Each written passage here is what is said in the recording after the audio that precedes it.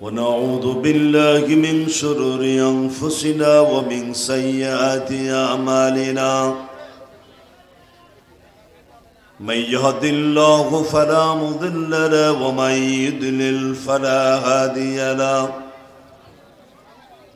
ونشهد أن لا إله إلا الله وحده لا شريك له ونشهد أن سيدنا وحبيبنا ومولانا محمدا عبده ورسوله الذي أرسله بالحق بشيرا ونذيرا وداعيا إلى الله بإذنه وسراجا منيرا فقد قال الله تعالى في كلامه المجيد وفرقانه الحميد جبان كله شواي پڑھیں أعوذ بالله من الشيطان الرجيم بسم الله الرحمن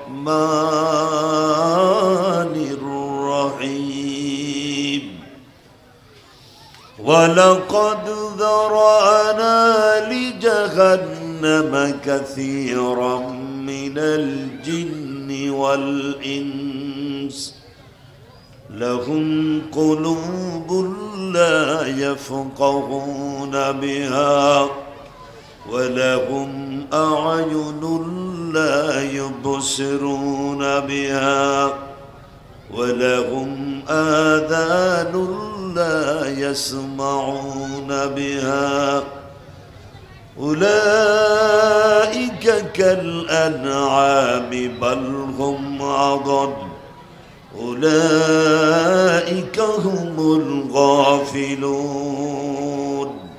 صدق الله العظيم 13 খাদিয়াস ইনসানিয়া হাফেজিয়া মাদ্রাসা মসজিদের উদ্যোগে প্রধান অতিথি জনাব ইমাজউদ্দিন মন্ডল পরিচালক ইসলামী ব্যাংক ফাউন্ডেশন রাজশাহী আজকের মাহফিলের বিশেষ আলোচক জনাব মাওলানা রেজাউল ইসলাম উজ্জ্বল সুপ্রিয় সঞ্চালক হাজারাত উলামায়ে কেরাম বিভিন্ন পর্যায়ের দায়িত্বশীল ভাইরা বিভিন্ন অতিথিবৃন্দ সামনে বসা কোরআন প্রেমিক তাওহীদি জনতা তরুণেরা যুবকেরা জওয়ানেরা পর্দার অন্তরালে অবস্থানরতা মায়েরা বোনেরা মেয়েরা আমি সকলকেই আমার হৃদয়ের সবটুকুন ভালোবাসা দিয়ে সালাম পেশ করছি আসসালামু আলাইকুম ওয়া রাহমাতুল্লাহি ওয়া বারাকাতুহু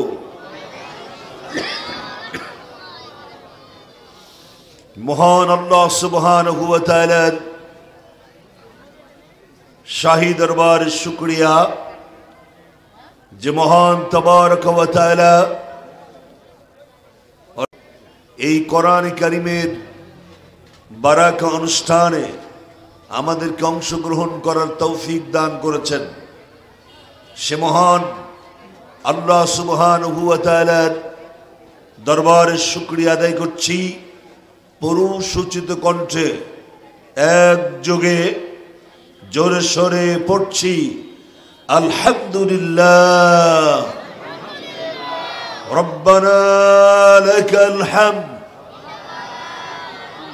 হামদান কাসীরা তয়্যিবান মুবারাকান ফি ইয়া রাব্বি লাকাল হামদু কামা ইয়ানবাগি লিজালালি ওয়াজহিকা ওয়া আযীম সুলতানি দরুদ ও সালাম বিশ্বনেতা মুহাম্মদ সাল্লাল্লাহু আলাইহি ওয়াসাল্লাম আত্মার শান্তি কামনা করছি যারা ঈমানের সাথে ইন্তেকাল করেছেন, ইসলামী সমাজ ব্যবস্থা কায়েমের আন্দোলনে যারা শাহাদাত বরণ করেছেন, বিশেষ করে 2024-এর বৈষম্য বিরোধী ছাত্র আন্দোলনে যারা শাহাদাত বরণ করেছেন, আমরা তাদের আত্মার শান্তি কামনা করছি।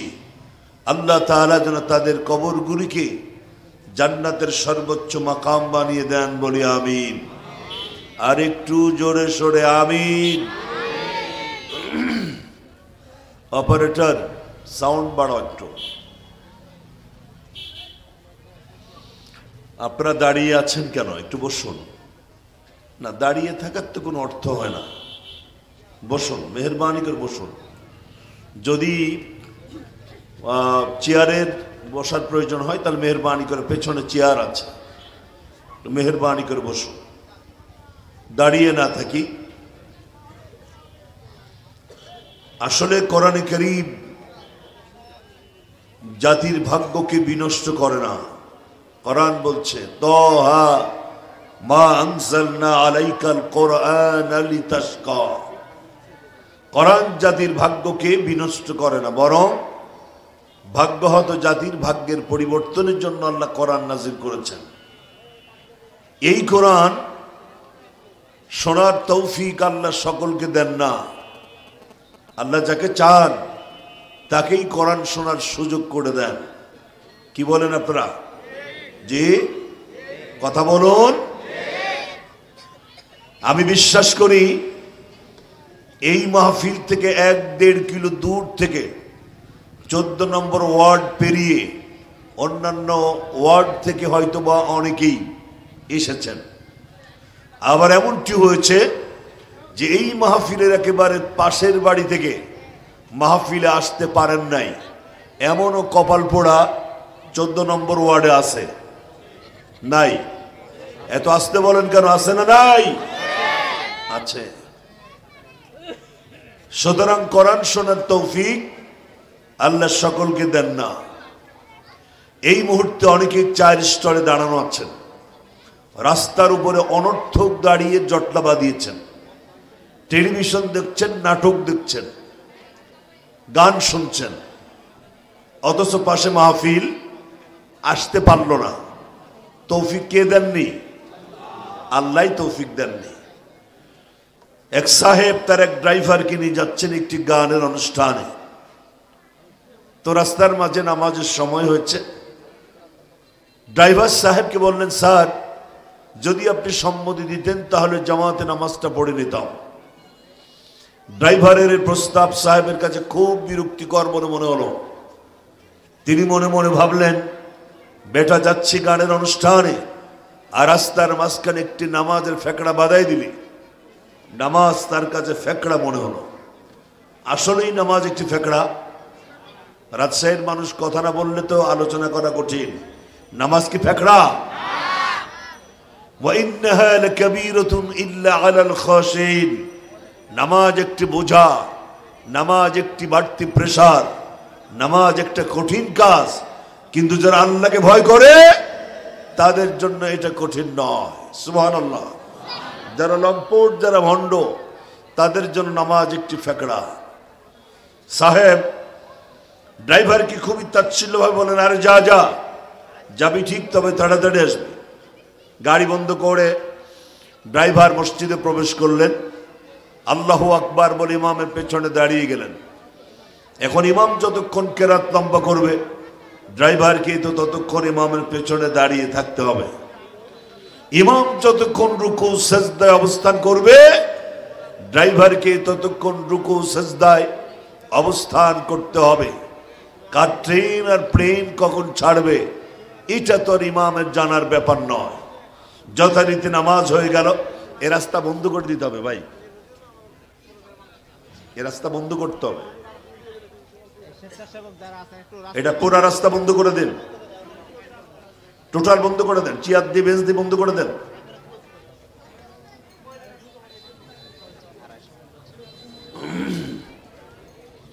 প্রিয় ভাইয়েরা,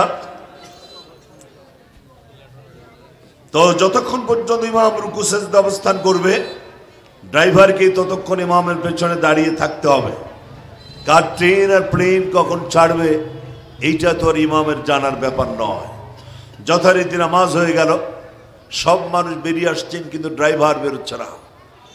ড্রাইভার নামাজ শেষে আঙ্গুল গুনে গুনে পড়ছেন সুবহানাল্লাহ, আলহামদুলিল্লাহ, লা ইলাহা ইল্লাল্লাহু আল্লাহু আকবার।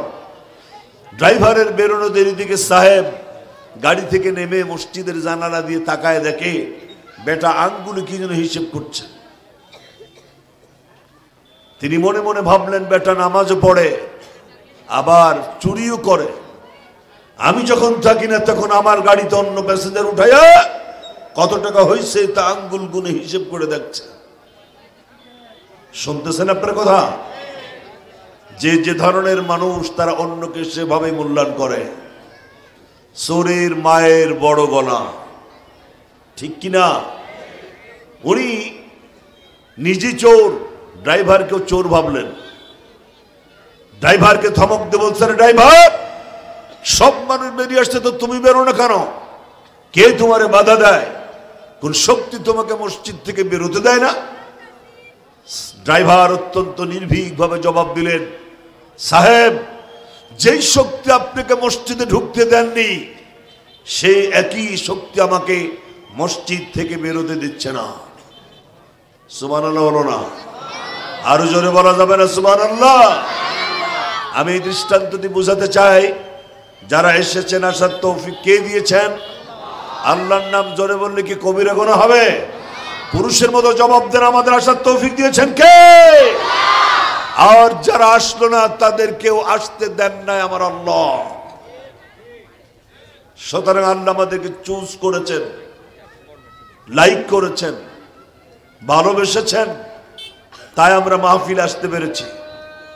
অতএব আমরা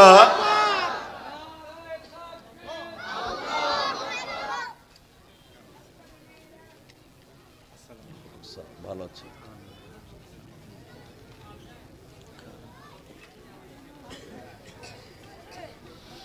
প্রিয় ভাইয়েরা, কথা বলতেছিলাম, কোরআন শোনার তৌফিক আল্লাহ সকলকে দেন না। আল্লাহ যাকে চান তাকেই কোরআন শোনার সুযোগ করে দেন। এখনো যারা রাস্তায় দাঁড়িয়ে আছেন, চায়ের স্টলে বসা, টেলিভিশন দেখছেন, অনর্থক দাঁড়িয়ে সময় নষ্ট করছেন, আপনারা মাহফিলে আসুন। আমার প্যান্ডেলের স্টেজ সংলগ্ন অনেকেই দাঁড়িয়ে গল্প করছেন, আপনাদের গল্প আমাদের কানে আসছে। আমি আপনাদেরকে বলবো স্টেজে বসুন, মেহেরবানি করে রাস্তা ছেড়ে দিন এবং সামনে বসুন। কোরআন শুনলে লস নাই, কোরআন জাতির ভাগ্যকে বিনষ্ট করে না। মেহেরবানি করে বসুন। এরপরেও যদি না বসেন, ডিস্টার্ব করেন, তাহলে আপনার মধ্যে আর একটা রাম ছাগলের মধ্যে পার্থক্য আছে আমি মনে করি না। ছাগলের কান ধরে যদি বলেন পরের জমিতে যাবি না, কান ছেড়ে দেবেন, মাথায় বাড়ি মারি বলবে কিছুই তো বুঝলাম না। আপনি ছেড়ে দিয়েছেন যথারীতি পরের জমিতেও যাবে। আপনার কাছে খবর আসলো 3 দিন পরে আপনার ছাগলের জেল হয়েছে। জেল বোঝেন কিনা? আরে ভাই কথা বলেন নাকি আপনারা? জেল বোঝেন। 3 দিন পরে ছাগলের মালিক উকিল ধরে ছাগলের জামিন আনলেন। বাড়িতে বসে এবার যদি ছাগলের কানে কানে কোরআন থেকে সুন্দর সুন্দর তেলাওয়াত করে বিশুদ্ধ হাদিস থেকে যদি আপনি তাকে বোঝাতে পারেন পরের জমিতে যাওয়া কবিরা গুনাহ, কিয়ামতে জাহান্নামে যাবে, এভাবে যদি বলতে পারেন, আমার বিশ্বাস ছাগল আর পরের জমিতে যাবে না। জি, আপনারা কথা বলেন না কেন? যাবে কিনা? কারণ আরো বেশি যাবে, কারণ ও 3 দিন না খেয়ে আছে। আমাদের চরিত্র তো ছাগলের মতো হয়ে গেছে। সেজন্য আমি মহাগ্রন্থ কোরআন সূরা আরাফ 179 নম্বর আয়াত তেলাওয়াত করেছি মানুষের চরিত্রের সাথে মিল রেখে। আমি কথা বলবো ইনশাআল্লাহ। আপনারা কি বিরক্ত হচ্ছেন, বিব্রত হচ্ছেন? একটু হাত দেখানো যাবে? লিল্লাহি তাকবীর। ঠিক আছে, কোরআন দিয়ে এই কথা বলবেন ইনশাআল্লাহ। রাসূল বলেছেন মান করা বিহি সাদাকা, কোরআন দিয়ে যারা কথা বলেন তারা সবথেকে সত্য কথা বলেন। কোরআনের থেকে বেশি সত্য কথা পৃথিবীতে আর নাই। ওয়ামান হাকামা বিহি আদালা, কোরআন দিয়ে যারা বিচার করেন তারাই ইনসাফ কায়েমকারী, তারাই ন্যায় বিচারক। কথা বলেন, কথা বলেন। আমি জিজ্ঞেস করতে চাই, আমার দেশ প্রিয় বাংলাদেশ, এই দেশে কি ন্যায় বিচার আছে? জি, কারণ বাংলাদেশের পার্লামেন্ট কোরআন দ্বারা পরিচালিত নয়। কোরআন ছাড়া বিচার করলে সে বিচার কখনো ইনসাফ ভিত্তিক হয় না। ওয়ামান দাঈ ইলাইহি হুদিয়া ইলা সিরাতুম মুস্তাকিম, কোরআন দিয়ে যারা মানুষকে দাওয়াত দেয় তারাই সঠিক নির্ভরযোগ্য একটি রাস্তায় মানুষকে আহ্বান করলো। ওয়ামান আমিলা বিহি উজিরা, আর কোরআন দিয়ে যারা আমল করে আল্লাহ তাদেরকে জান্নাত দান করবেন। সুবহানাল্লাহ, একটু জোরে হবে না? আরো জোরে বলা যাবে না সুবহানাল্লাহ? সেই কোরআন দিয়ে আমরা কথা বলবো ইনশাআল্লাহ। শুনবেন তো? পালাবেন না কেউ। সূরা আরাফ 179 নম্বর আয়াত, যার মূল বক্তব্য হচ্ছে আল্লাহ তাআলা বলছেন তিনটি জিনিসের যথাযথ ব্যবহার না করার কারণে অসংখ্য মানব গোষ্ঠীকে আল্লাহ জাহান্নামে নিক্ষেপ করবেন। আমি আবার বলছি, তিনটি জিনিসের যথাযথ ব্যবহার না করার কারণে অসংখ্য মানব গোষ্ঠীকে আল্লাহ জাহান্নামে নিক্ষেপ করবেন। নাম্বার 1 আকুল, বিবেক। নাম্বার 2 চোখ। নাম্বার 3 কান। এই তিনটি জিনিসকে যথার্থ ব্যবহার না করার কারণে মানুষ ক্ষতিগ্রস্ত হয় এবং রাস্তা হারিয়ে জাহান্নামে নিক্ষিপ্ত হবে। আল্লাহ কিয়ামতের দিন এই তিনটি জিনিস নিয়ে আল্লাহ তাআলা প্রত্যেকটি মানুষকে জিজ্ঞাসা করবে, তার আকল, তার বিবেক, তার চোখ এবং তার কান। কোরআন বলছে, আল্লাহ রাব্বুল আলামিন কোরআনে কারীমের মধ্যে চমৎকার করে জানিয়ে দিলেন, হুয়াল্লাযী আনশাআকুম ওয়া জাআলা লাকুমুস সামআ ওয়াল আবসারা ওয়াল আফইদাতা কালীলাম মা তাশকুরুন। কোরআন তেলাওয়াত শেষ হবে, আল্লাহু আকবার দিয়ে মাঠটাকে জীবিত করবে। এটা একটু উঁচু করে দাও অপারেটর, এটা একটু উঁচু করো।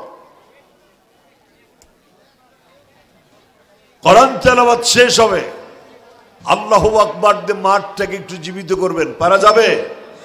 কারণ এই পৃথিবীতে আমি যেদিন এসেছিলাম আমার এক কানে আজান আর এক কানে ইকামত।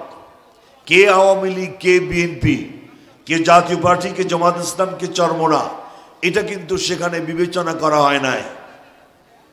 এটা হচ্ছে কোন রাজনৈতিক দলের স্লোগান নয়, এটা আল্লাহর সার্বভৌমত্বের পরিচয়। ঠিক কিনা ভাই? এই পৃথিবীতে আমি যেদিন এসেছিলাম আমার এক কানে আজান আর এক কানে ইকামত। আমার আজানের প্রথম শব্দ কি? সবাই বলুন। আমার ইকামতের প্রথম শব্দ কি? আমার নামাজের প্রথম শব্দ কি? আমার ঈদের নামাজের প্রথম শব্দ কি? আমার জীবনের শেষ নামাজ জানাজার নামাজের প্রথম শব্দ কি? অতএব জীবনের শুরু, জীবনের শেষ স্লোগান তো একটাই, লিল্লাহে তাকবীর। তবে দুঃখজনক হলো সত্য, এ বাংলাদেশে অনেক রাজনৈতিক দল আছে যে দল করলে লিল্লাহে তাকবীর আল্লাহু আকবার বলা যায় না। আমি কলিজা সাফ করে বলতে চাই, যেই দল করলে আল্লাহর নামে স্লোগান দেওয়া যায় না, এরকম রাজনৈতিক দলের কপালে আগুন লাগুক। আমিন বলেন আরো জোরে, আর একবার। আমরা আল্লাহু আকবার দিয়ে মাঠটাকে একটু জীবিত রাখবো, পারবো তো ইনশাআল্লাহ? আল্লাহ তাআলা বলছেন কিয়ামতের দিন তার বিবেক, তার কান, তার চোখ সম্পর্কে তাকে জিজ্ঞেস করা হবে। এই তিনটি জিনিস সে কিভাবে ব্যবহার করেছে এ ব্যাপারে তাকে জিজ্ঞেস করা হবে। তো এক নম্বর হচ্ছে আকল, বিবেক। বিবেকটাকে যারা কাজে লাগায় তারা কখনো রাস্তা হারায় না। যারা বিবেক বহির্ভূত পথ চলে তারা রাস্তা হারিয়ে ফেলে। আপনারা লক্ষ্য করেছেন, একদল ভেড়া যখন পথ চলে তখন দলের প্রথম ভেড়াটি যখন নদীতে লাফ দেয়, পেছনের হরিণগুলো নদীতে লাফ দেয়, পেছনের ভেড়াগুলো নদীতে লাফ দেয়।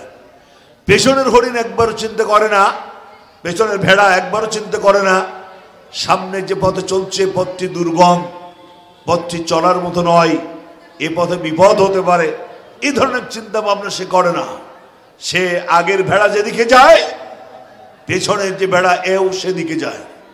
কিন্তু একটি রয়্যাল বেঙ্গল টাইগার পথ চলে একা একা, অথচ সে অসংখ্য মেষশাবক, অসংখ্য হরিণ, অসংখ্য গাধা, অসংখ্য বকরি, অসংখ্য মহিষের ভেতর থেকে সে তার কাঙ্ক্ষিত নিশানায় পৌঁছে যায়, কারণ সে প্ল্যান নিয়ে পথ চলে।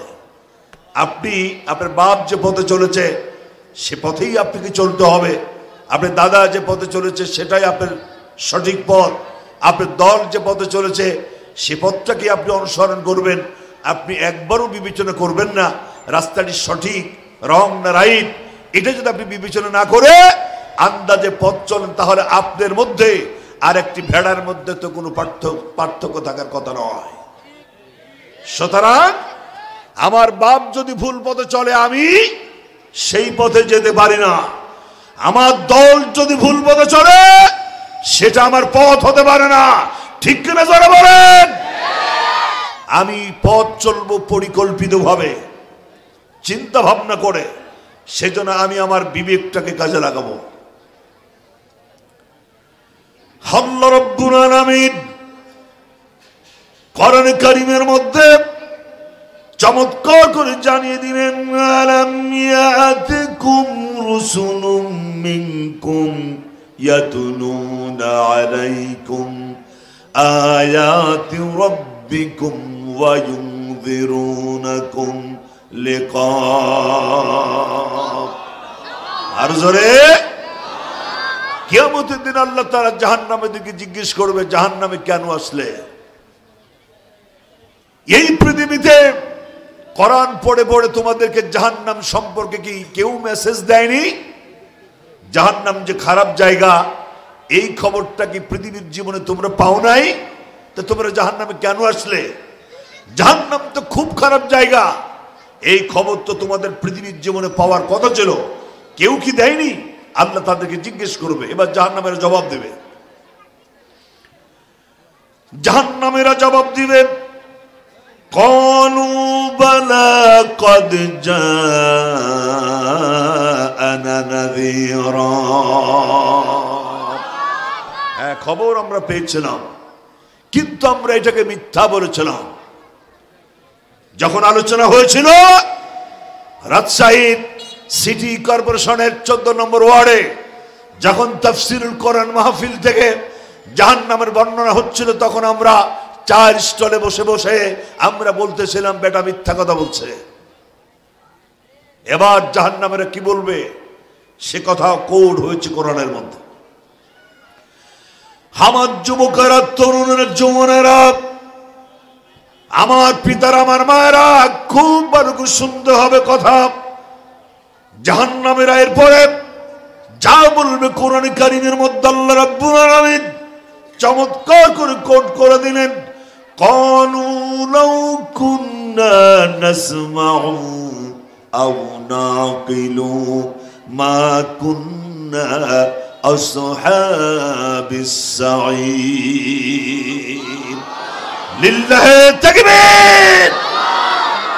জাহান্নামের সেদিন বলবে, যদি আমরা কোরআন শুনতাম, চার স্টলে বসে সময় নষ্ট না করে, রাস্তায় দাঁড়িয়ে সময় নষ্ট না করে, টেলিভিশনের সামনে থেকে নাটক না দেখে যদি কোরআন শুনতাম আর বিবেকটাকে কাজে লাগাতাম, আজ আমাদের জাহান্নামে আসতে হতো না। কথা ঠিক কিনা?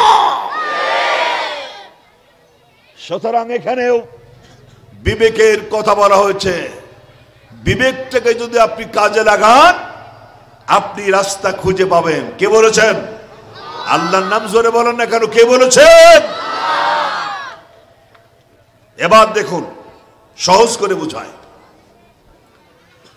একজন বেদুনকে প্রশ্ন করা হলো, বেদুন বলা হচ্ছে সেই লোকটিকে যিনি লেখাপড়া জানে না, কলেজ ইউনিভার্সিটিতে যান নাই, মাদ্রাসার বারান্দা যায় নাই, পড়াশোনা জানে না, একটি পাহাড়িয়া মানুষ। লোকটিকে বেদুইন বলা হচ্ছে। তাকে জিজ্ঞেস করা হলো আল্লাহর অস্তিত্বের ব্যাপারে তোমার ধারণা কি? বেদুইন বলছে ছাগলের ছোট্ট একটি পায়খানা দেখে বলা যেতে পারে এখানে ছাগল বসবাস করে। গাধার পায়খানার স্তূপ দেখে বলা যেতে পারে এখান গাধারা বসবাস করে। আর মানুষের পায়ের চিহ্ন দেখে বলা যেতে পারে এদিক দিয়ে মানুষ চলাচল করেছে। এই বেদুন বলছে, প্রিয় ভাইয়েরা, যদি ছাগলের ছোট্ট একটি ক্যাপসুল মার্কা, একটি ট্যাবলেট মার্কা পায়খানা দেখে যদি বলা যেতে পারে এখানে ছাগল বসবাস করে, গাধার পায়খানার স্তূপ দিকে যদি বলা যেতে পারে এখানে গাধারা বসবাস করে, তাহলে আকাশ, জমিন, সাগর, পাহাড় দেখে কেন বলা যাবে না যে আল্লাহ একজন আছেন? লেখাপড়া জানে না, কিন্তু লোকটি তার বিবেক দিয়ে তার রবকে খুঁজে পেল, তার আকল দিয়ে, তার বিবেক দিয়ে সে তার প্রভুকে খুঁজে পেল। অথচ ঢাকা বিশ্ববিদ্যালয়ের প্রফেসর, বাংলাদেশের সর্বোচ্চ বিদ্যাপীঠ ঢাকা ইউনিভার্সিটি, সেই ইউনিভার্সিটির একজন প্রফেসর বলছে আল্লাহ অঙ্কে দুর্বল। আপনারা কি আছেন না চলে গেছেন? একটু কথা না বললে আমি বুঝি কেমনে? সাউন্ড দাও না কেন? এত আসতে কেন সাউন্ড? আমার কানে দিতে হবে আওয়াজ। সম্মানিত ভাইরা, লেখাপড়া জানে না, সে তার রবকে খুঁজে পেল। অথচ ঢাকা বিশ্ববিদ্যালয়ের প্রফেসর তার রব সম্পর্কে কি বিরূপ মন্তব্য করলো? আল্লাহ অঙ্কে দুর্বল। আসলে আল্লাহ অঙ্কে দুর্বল নাকি? যে আমার আল্লাহ থেকে বেশি অঙ্ক জানে আছে কেউ? ইন্নাল্লাহ সারিউল হিসাব, আল্লাহ খুব দ্রুত অঙ্ক কষতে পারেন। আল্লাহ যে অঙ্কে পাকা, একটু দেখাবো জি, একটু দেখাই। সব থেকে দামি দামি জিনিসগুলো আল্লাহ নিজের হাতে কন্ট্রোল করেছেন এবং এগুলো ফ্রি দিয়েছেন। যেমন একজন মানুষ, বিজ্ঞানীরা বলছেন একজন মানুষ এক বছরে 1,36,00,000 টাকার অক্সিজেন খায়। সুবহানাল্লাহ, আগামীকাল কইন 1,36,00,000 টাকার অক্সিজেন দেন আল্লাহ এক বছরে। এটার বিল পরিশোধ করা পৃথিবীর মানুষের পক্ষে সম্ভব? এগুলো আল্লাহ নিজের হাতে কন্ট্রোল করছেন, কারোর হাতে ছেড়ে দেন নাই। আকাশের বৃষ্টি আল্লাহ নিজের হাতে কন্ট্রোল করেছেন, অন্য কাউকে আল্লাহ এটা ছেড়ে দেন নাই। যদি এটা হতো যে আকাশের বৃষ্টির ডিস্ট্রিবিউশনের দায়িত্ব আল্লাহ যদি কোনো গভর্নমেন্টকে দিতেন, তাহলে কি বিরোধী দল ঠিক মতন পানি পেত? আপনারা কথা বলেন, হ্যাঁ আপনারা কাছের মানুষ কথা বলবেন। বিরোধী দল ঠিক মতন পানি পেত না, তার মানে পানি যখন দরকার তখন পানি দেওয়া হতো না, পানির যখন মোটেই দরকার না তখন সব কপাট খুলে দিত। যেমন আমার পার্শ্ববর্তী দেশ ভারত, আমার যখন পানির দরকার এরা আমাদের পানি দেয় না, আমার যখন পানির কোনো প্রয়োজন নেই কপাট সব খুলে দিয়ে বাংলাদেশের উত্তরবঙ্গকে ডুবায় দেয়। কথা তো আসতে পারেন কেন? কথা ঠিক কিনা? সুতরাং ভারত এটা বন্ধুত্বের পরিচয় নয়। ভারত কখনো বাংলাদেশের বন্ধু হতেই পারে না, কারণ আল্লাহ রাব্বুল আলামিন কোরআন কারীমের মধ্যে বলেছেন, হে রাসূল, এই পৃথিবীতে দুটি জাতি আপনার সবথেকে বড় শত্রু, এক হচ্ছে ইহুদি আর একটা হচ্ছে মুশরিক। ইহুদি হচ্ছে ইসরায়েল, মুশরিক হচ্ছে ইন্ডিয়া, ভারত। এরা কখনো মুসলমানের বন্ধু নয়। কথা বলেন, কথা বলেন। এরা মুসলমানদের সহ্যই করতে পারে না। এই ভারতে অসংখ্যবার আল্লাহর কোরআনটাকে বাজেয়াপ্ত করার জন্য হাইকোর্টে অসংখ্যবার বিল উত্থাপিত হয়েছে।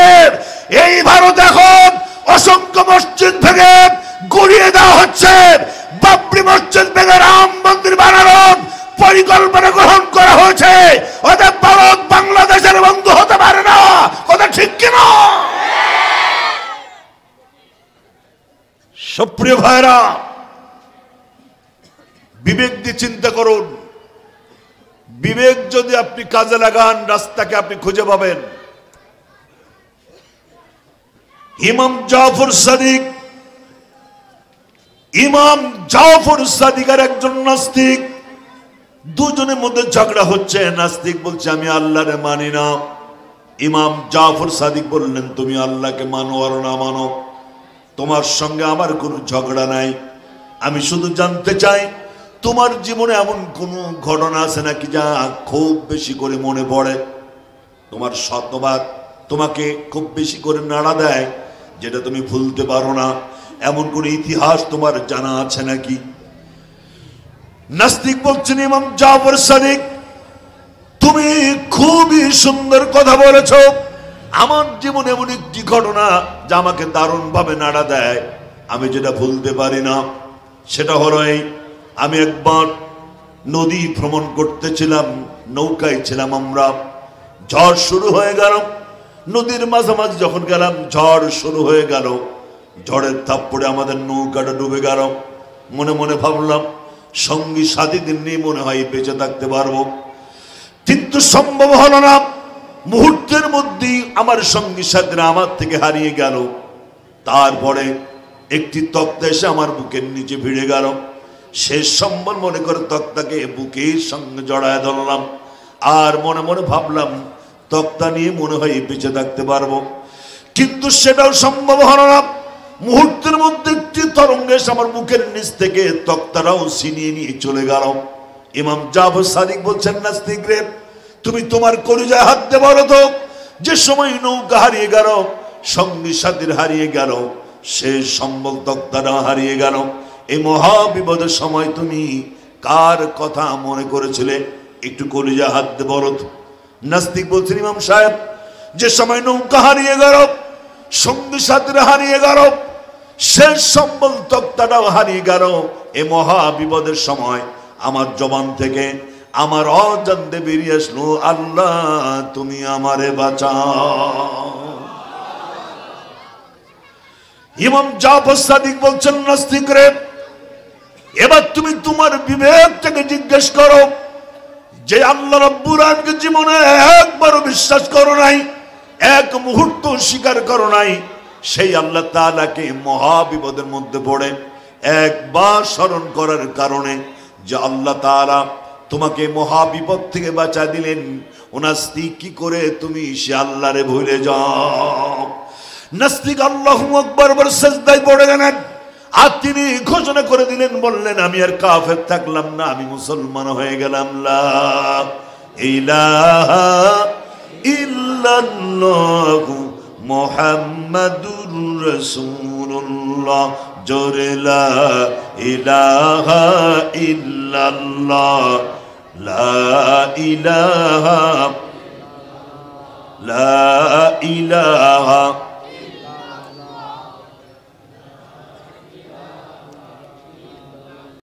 ইল্লাল্লাহু মুহাম্মাদুর রাসূলুল্লাহ, যাদের হৃদয়ে আছে আল্লাহর ভয়, তারা কভু পথ ভুলে যায় না। পড়া যাবে? পড়েন সবাই। যাদের হৃদয়ে আছে আল্লাহর ভয়, তারা কভু পথ ভুলে যায় না। আল্লাহর প্রেম ছাড়া এই দুনিয়ায় কারো কাছে কোনো কিছু চাই না, ঠিক না? রাতের আধারে যারা সিজদাতে রয়, দু চোখের অশ্রুতে নদী যেন বয়। রাতের আধারে যারা সিজদাতে রয়, দু চোখের অশ্রুতে নদী যেন বয়। সালনার হাত সানি যতই আসুক, সালনার হাত সানি যতই আসুক, পেছনে ফিরেও তাকাই না। যাদের হৃদয়ে আছে আল্লাহর ভয়, তারা কভু পথ ভুলে যায় না। আল্লাহর প্রেম ছাড়া এই দুনিয়ায় কারো কাছে কোনো কিছু চাই না, ঠিক না? দিন কায়েমের পথে যারা অবিচল তারা হলো আল্লাহর প্রিয়জন। বাতিলের কাছে যারা হার মানে না, সংগ্রাম করে যায় আমরণ। হেরার আলোতে যার হৃদয় রঙিন, হাতে আল কোরআনের দীপ্ত সঙ্গীত। হেরার আলোতে যার হৃদয় রঙিন, হাতে আল কোরআনের দীপ্ত সঙ্গীত। সত্যের পথে তারা নিবেদিত প্রাণ, সত্যের পথে তারা নিবেদিত প্রাণ। শত্রুকে কভু ভয় পায় না, যাদের হৃদয়ে আছে আল্লাহর ভয় তারা কভু পথ ভুলে যায় না। আল্লাহর প্রেম ছাড়া এই দুনিয়ায় কারো কাছে কোনো কিছু চাই না। লিল্লাহে তাকবীর। কথা বলতেছিলাম বিবেক, বিবেক থেকে যদি আপনি কাজে লাগান আপনি কখনো রাস্তা হারাবেন না। কথা ঠিক কিনা জোরে কর। এবার কোরআন কারীমের মধ্যে আল্লাহ বলছেন, আমার যুবকেরা, তরুণেরা, জওয়ানেরা, আমার ছেলেরা, আমার মেয়েরা খুব সুন্দর হবে কথা। আল্লাহ রাব্বুল আলামিন পরিষ্কার করে জানিয়ে দিলেন, ইয়া আইয়ুহান নাসু তাকু রাব্বাকুমুল্লাযী খালাকাকুম মিন নাফসিন ওয়াহিদাতিন ওয়া খালাকা মিনহা যাওজাহা وبث منهما رجالا كثيرا ونساء। আল্লাহ রাব্বুল আলামিন বলছেন, এই পৃথিবীতে সর্বপ্রথম আমি একজন মানুষ বানালাম। জোরে বলুন তো তার নাম কি? আবুল বাশার, প্রথম নবী, প্রথম মানব হযরত আদম আলাইহিস সালামকে বানানো হলো। তারপরে তার থেকে তার জোড়া বানানো হলো, একজন পুরুষ আর একজন নারী থেকে। রিজালান কাসীরান ওয়া নিসা। এই পৃথিবীতে আল্লাহ তাআলা লক্ষ কোটি পুরুষ আর নারীর জন্ম দিলেন। সুবহানাল্লাহ বলা যাবে নাকি? আল্লাহ রাব্বুল আলামিন আরেক জায়গায় জানিয়ে দিলেন, ওয়া লাকাদ খালাকনাল ইনসানা মিন সুলালাতিন মিন তিন সুম্মা জাআলনাহু নুতফাতান ফি করারিম মাকিন। আর জোরে, আর জোরে, আর জোরে। আল্লাহ বলছেন, আমি মানুষকে শুকনো মাটি দিয়ে তৈরি করলাম এবং তাকে একটি সুরক্ষিত জায়গায় আমি তাকে তিল তিল করে বড় করলাম। কে বানালেন? আমাকে কে বানিয়েছে? আল্লাহ আরেক জায়গায় বলছেন, আল্লাহ রাব্বুল আলামিন আরেক জায়গায় জানিয়ে দিলেন, خلقنا النطفة علقة فخلقنا العلقة مضغة فخلقنا المضغة عظاما فكسونا العظام لحما। আল্লাহ রাব্বুল আলামিন বলছেন, তুমি তো এক ফোঁটা নাপাক পানি ছিলে, সেই জায়গা থেকে আমি তোমাকে গোশত বানালাম, রক্ত পিণ্ড বানায় দিলাম, তারপরে গোশত বানায় দিলাম। গোশতের মধ্যে হাড্ডি দিয়া, শিরা উপশিরা দিয়া একটি বডি বানায়া সুন্দর করে মানুষ আকারে এই পৃথিবীতে বের করে এনেছি। জোরে বলুন তো তিনি কে? তিনি হচ্ছেন আল্লাহ। আল্লাহ রাব্বুল আলামিনের পরে বলছেন, হাল আতা আলাল ইনসানি হিনুম মিনাদ দারে লাম ইয়াকুন শাইয়্যাম মাযকুরা। মানুষ কি তার বিবেক দিয়ে চিন্তা করে না? যখন তার কোনো পরিচয় ছিল না, নাম ছিল না, গন্ধ ছিল না, আমি তাকে নেতৃত্ব, কর্তৃত্ব, আধিপত্য, চেয়ারম্যান, মেম্বার, এমপি, সরকার বানালাম, সব দিলাম, অথচ সে এক সময় ছিল পরিচয়হীন। মানুষ কি তার বিবেক দিয়ে তার অতীত ইতিহাস চিন্তা ভাবনা করে না? আমার প্রিয় ভাইরা, আল্লাহ রাব্বুল আলামিন এরপরে বলছেন ইয়া আইয়ুহাল ইনসানু মা গররাকা বিরাব্বিকাল কারীম আল্লাযী খালাকাকা ফাসাওয়াকা ফাআদালাক ফি আইয়ি সূরাতিন মা শাআ রাক্কাবাক। বলেন আল্লাহু আকবার। এত আস্তে কেন, জোরে কেন আল্লাহু আকবার? মানুষ কি করে তার রবকে ভুলে যায়? অথচ এই মানুষকে আমি শুক্রকীট থেকে বানালাম, মিলিত শুক্রবিন্দু থেকে বানালাম, এবং তাদেরকে আমি যেভাবে খুশি সেভাবে বানালাম। এখন আমার প্রশ্ন আপনাদের কাছে, আমাদেরকে বানিয়েছেন কে? আল্লাহর নাম আরেকটু জোরে বলেন, আমাদের সৃষ্টি কে করেছে? এবার প্রশ্ন, আইন মানবেন কার?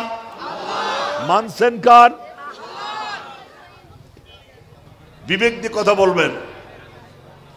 কোরআন বলছে, আল্লাহ রাব্বুল আলামিন কোরআনে কারীমের মধ্যে সাফ সাফ করে জানিয়ে দিলেন আলা লাহুল খালকু ওয়াল আমরু তাবারাকাল্লাহু রাব্বুল আলামিন।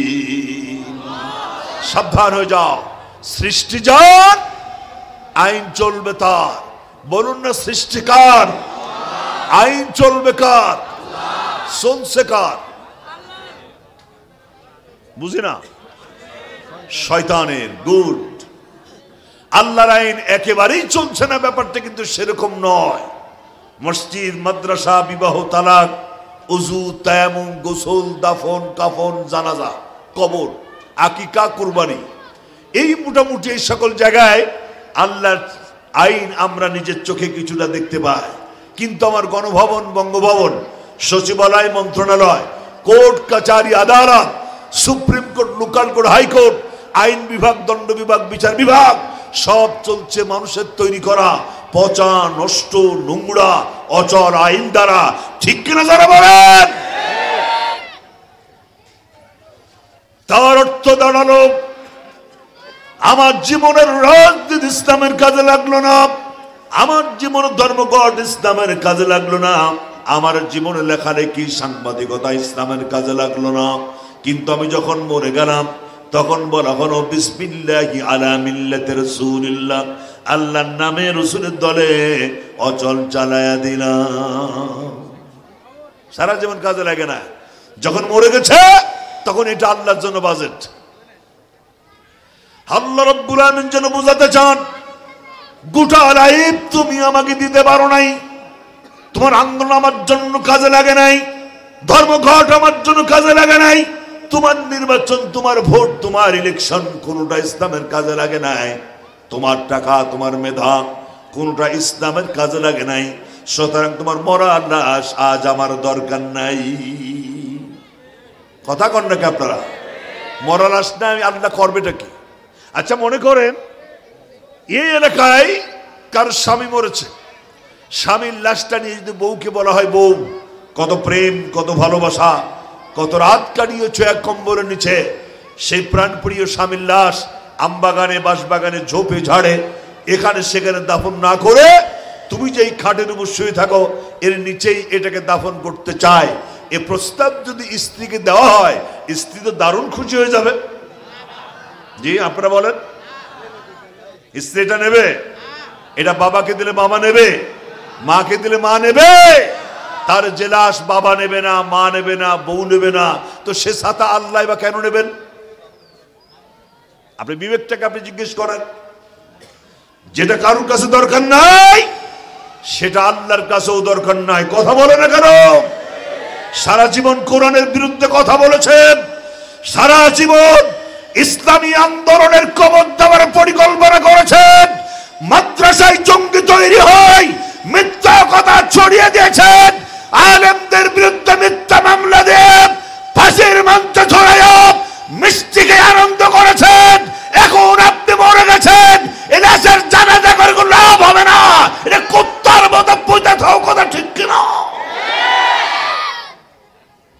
এলাসের জানাজা করে কোনো দরকার নাই, আল্লাহর কাছেও এটার কোনো মূল্য নাই।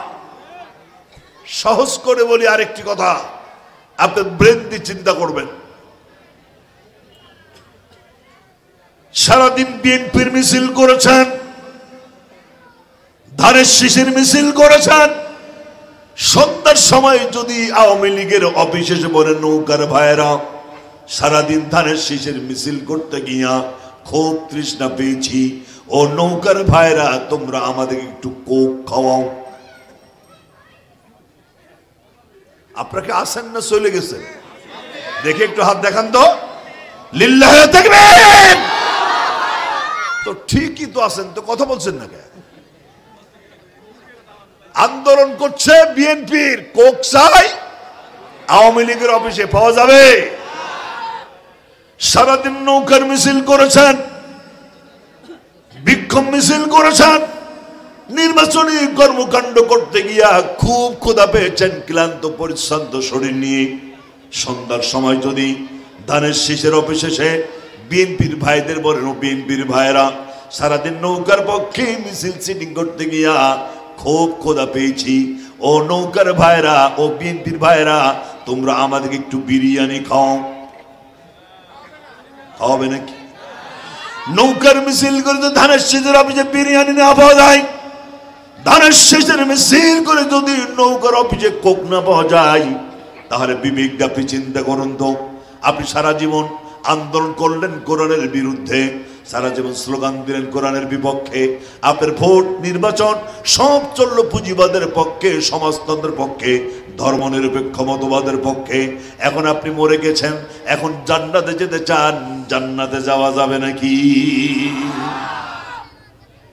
ক্লিয়ার? সুতরাং সৃষ্টি যার, আইন চলবে তার। বলুন না, সৃষ্টিকার, আইন চলবে কার? চলছে কার? শয়তানে। মানুষ ছাড়া সমস্ত প্রাণীকুল, সকল সৃষ্টি জগৎ আল্লাহর আইন মানছে। কোরআন বলছে,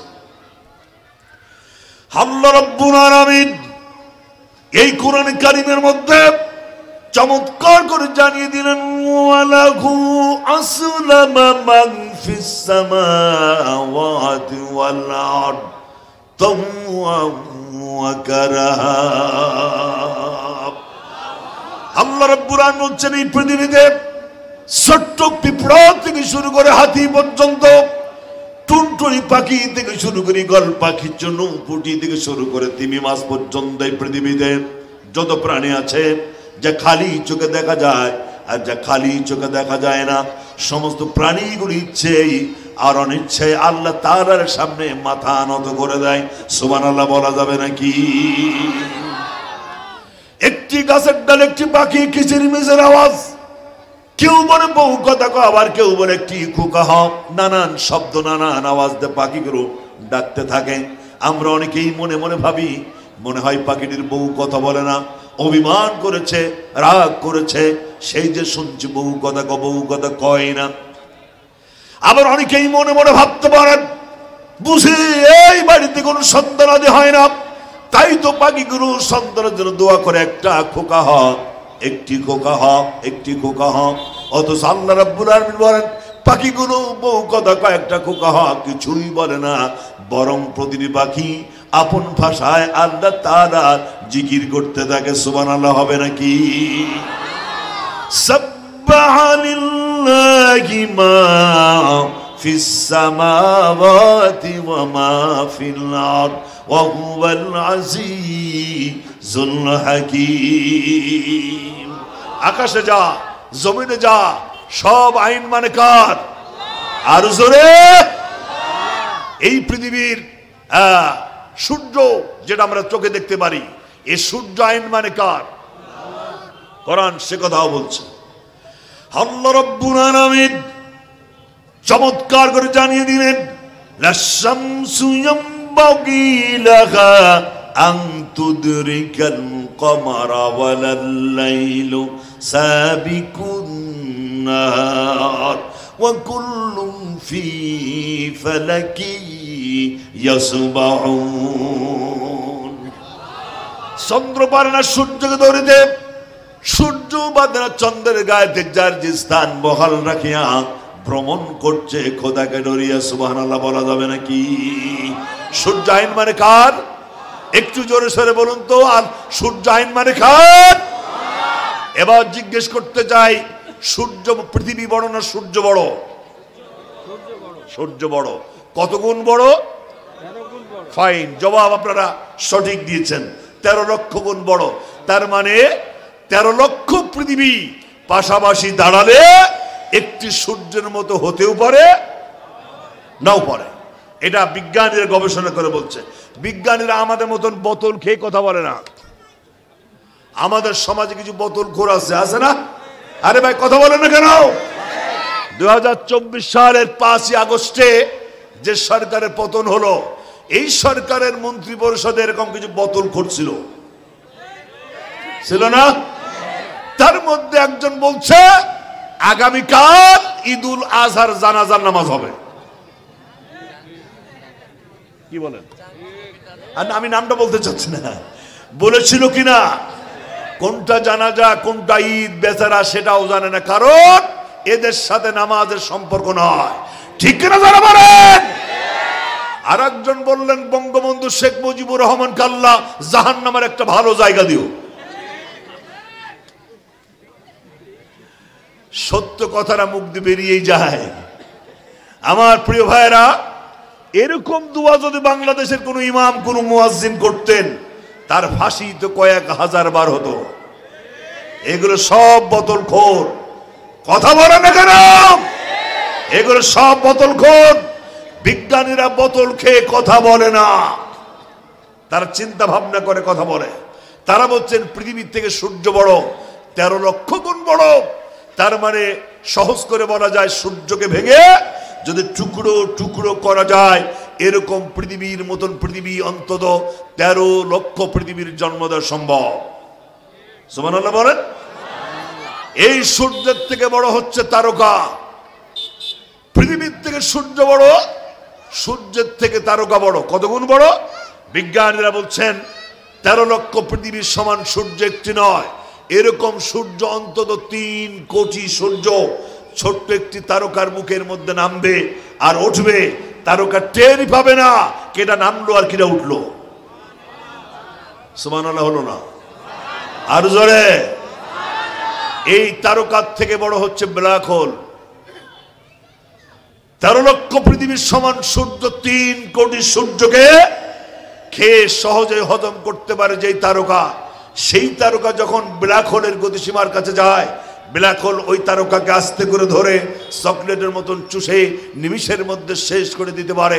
এর নাম হচ্ছে ব্ল্যাক হোল। আমার প্রশ্ন হচ্ছে, এগুলো আইন মানে কার? এগুলো আল্লাহর আইন মানে। শুধু এখানে শেষ নয়, সূর্যকে ঘিরে বেশ কিছু গ্রহ আবর্তন করছে প্রতি মুহূর্তে। যেমন শুক্র, শনি, বুধ, বৃহস্পতি, মঙ্গল, এরকম আছে না? এগুলোকে বলা হয় সৌরজগৎ। সবগুলো মিলে সৌরজগৎ। এই সৌরজগতের মতো সৌরজগৎ, লক্ষ লক্ষ সৌরজগৎ পাশাপাশি দাঁড়ালে একটি ছায়াপথের সন্ধান মেলে। আর বিজ্ঞানীদের কাছে ইতিমধ্যেই এরকম ছায়াপথের সন্ধান মিলেছে অন্তত 1 লক্ষ কোটি ছায়াপথ। সুবহানাল্লাহ। বাকিতে থাক আর জোরে। সেই ছায়াপথের এক কিনারায়, সেই ছায়াপথের একটি কিনারায় এরকম সূর্য রয়েছে অন্তত 10,000 কোটি সূর্য। যে সূর্য আমরা দেখতে পাই, এরকম সূর্য রয়েছে অন্তত 10,000 কোটি। সুবহানাল্লাহ হবে না? যার সব থেকে নিকটতম সূর্য থেকে মাটির পৃথিবীতে আলো আসতে সময় লাগে 4 বছর। বোঝেন নাই তো সুবহানাল্লাহ কেন বলবেন? আমি একটু বুঝাই দিই।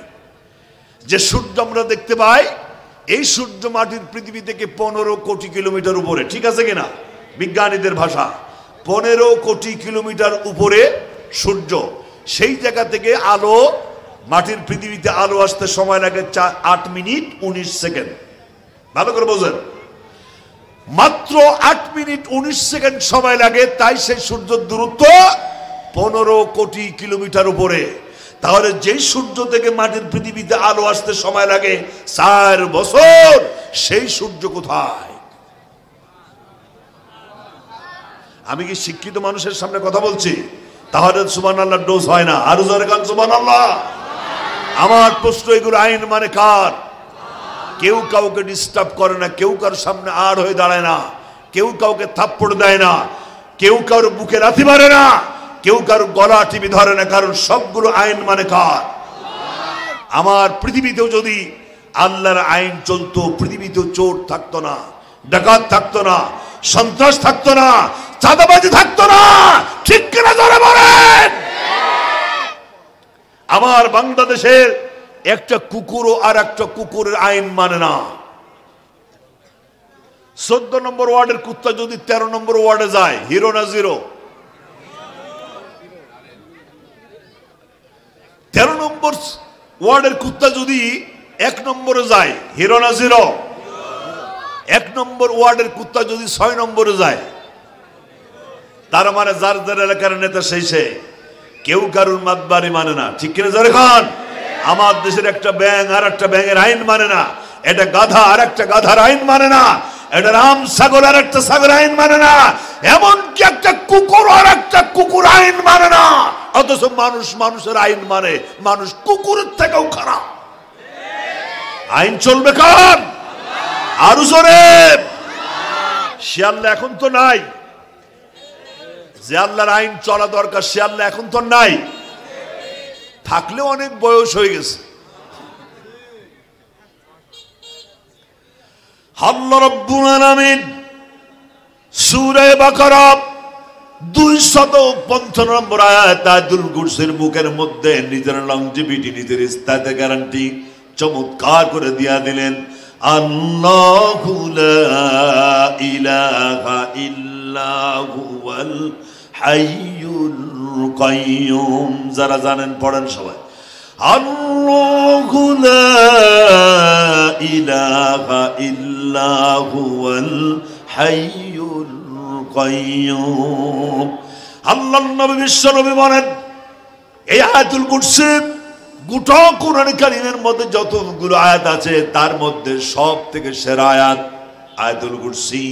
যে ব্যক্তি এই আয়াতুল কুরসি একবার তেলাওয়াত করবে সে যেন গোটা কোরআনের 4 ভাগের 1 ভাগ তেলাওয়াতের সমান সওয়াব পাওয়া যাবে।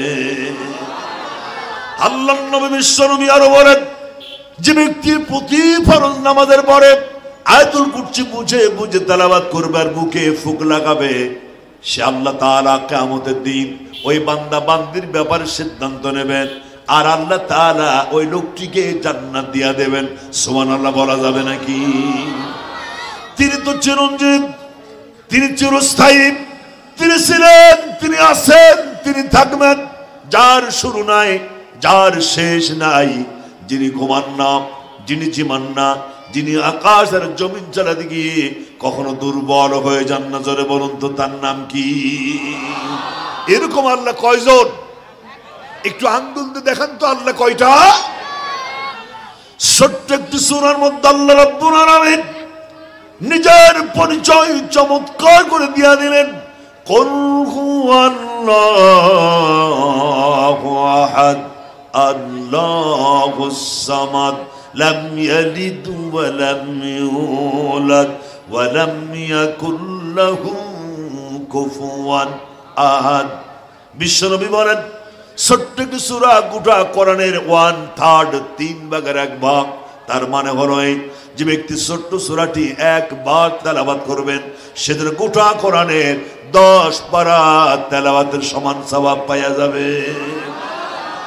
আল্লাহর নবী বিশ্ব নবী বলেন, যে ব্যক্তি সূরাটি 3 বার তেলাওয়াত করবেন সেদিন গোটা কোরআন তেলাওয়াতের সমান সওয়াব পাওয়া গেল। নবীজি আরো বলেন, যে ব্যক্তি ছোট্ট সূরাটি 10 বার তেলাওয়াত করবেন আল্লাহ তাআলা ওই বান্দা বান্দির জন্য জান্নাতের মধ্যে একটা বাড়ি বানায় দেবেন। সুবহানাল্লাহ হবে নাকি? সে আল্লাহ আছেন না? আরো জোরে বলা যাবে না আল্লাহ আছেন না? সুতরাং আমার বিবেক দিয়ে আমি যেটা বুঝলাম, সৃষ্টি যার, আইন চলবে তার। বলুন সৃষ্টিকার, আইন চলবে কার? আল্লাহর আইন মানতে গেলে ছোট ঝামেলা হবে, হবে কিনা? লুকমান হাকিম তার ছেলেকে বলছে, ইয়া বুনাইয়া আকিমিস সালাহ, হে আমার বৎস তুমি নামাজ কায়েম করো, আর ওয়া'মুরু বিল মারুফ ভালো কাজে আদেশ দাও, ওয়ানহা আনিল মুনকার, খারাপ কাজে বাধা দাও।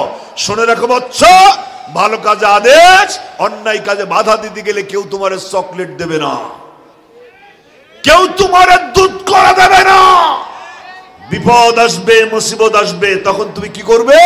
ওয়াসবির আলা মা আসাবাক, তুমি ধৈর্যের সাথে মোকাবেলা করবে। বাপ তার ছেলেকে বলছে পালিয়ে যাবে না, হতাশ হবে না, দুর্বল হবে না, তুমি ধৈর্যের সাথে মোকাবেলা করবে। বাচ্চা শুনে রাখো, বাতিলের মোকাবেলায় ধৈর্য ধারণ করা এটা বড় কঠিন কাজ। ইন্না যালিকা মিন আযমিল উমুর, এটা বড় সাহসিকতার কাজ। পেট যার ছোট, কলিজা যার বড়, শুধু তার দ্বারা এই কাজটি করা সম্ভব। সুতরাং শুনে রাখো ভাই, জেল দিয়ে, জরিমানা দিয়ে, ফাঁসির মঞ্চ তৈরি করে, চাকরিচ্যুত করে, ঘর বাড়ি জ্বালিয়ে দিয়ে, ফাঁসি দিয়ে হত্যা করে ইসলামী আন্দোলন বন্ধ করা যাবে না। কারণ ইসলামী আন্দোলন তারাই করে যারা, যাদের পেট ছোট, কলিজা বড়। কথা ঠিক কিনা? এক নম্বর কথা আমরা শেষ করলাম, বিবেক। নাম্বার 2, চোখ। আল্লাহ চোখ দিয়েছেন পরিমণির ছবি দেখার জন্য।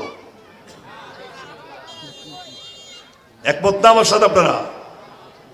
আহা, আজ বাংলাদেশের প্রত্যেকটি চায়ের স্টল এক একটি সিনেমা হল।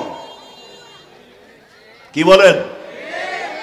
চায়ের স্টলে টেলিভিশন চলছে 24 ঘন্টা, চলছে নাচ, চলছে গান, চলছে নাটক, চলছে সিনেমা।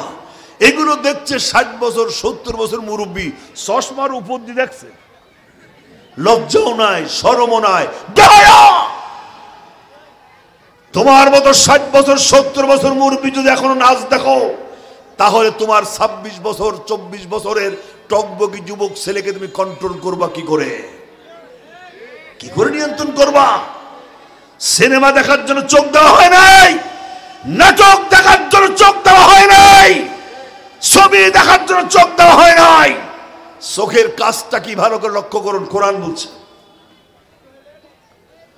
আল্লাহ রাব্বুল আলামিন কোরআন কারীমের মধ্যে সাফ সাফ করে জানিয়ে দিলেন, আফালা ইয়ানজুরুনা ইলাল ইবিলি কাইফা খুলিকাত ওয়া ইলাস সামাই কাইফা রুফিআত ওয়া ইলাল জিবালি কাইফা নুসিবাত ওয়া ইলাল আরদি কাইফা সুতিহাত।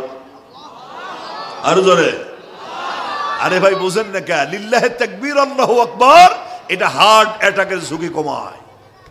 গবেষকেরা বলছে যারা যত বেশি আল্লাহু আকবার এই শব্দের উচ্চারণ করবে, তাদের হার্ট অ্যাটাকের ঝুঁকি তত কমবে।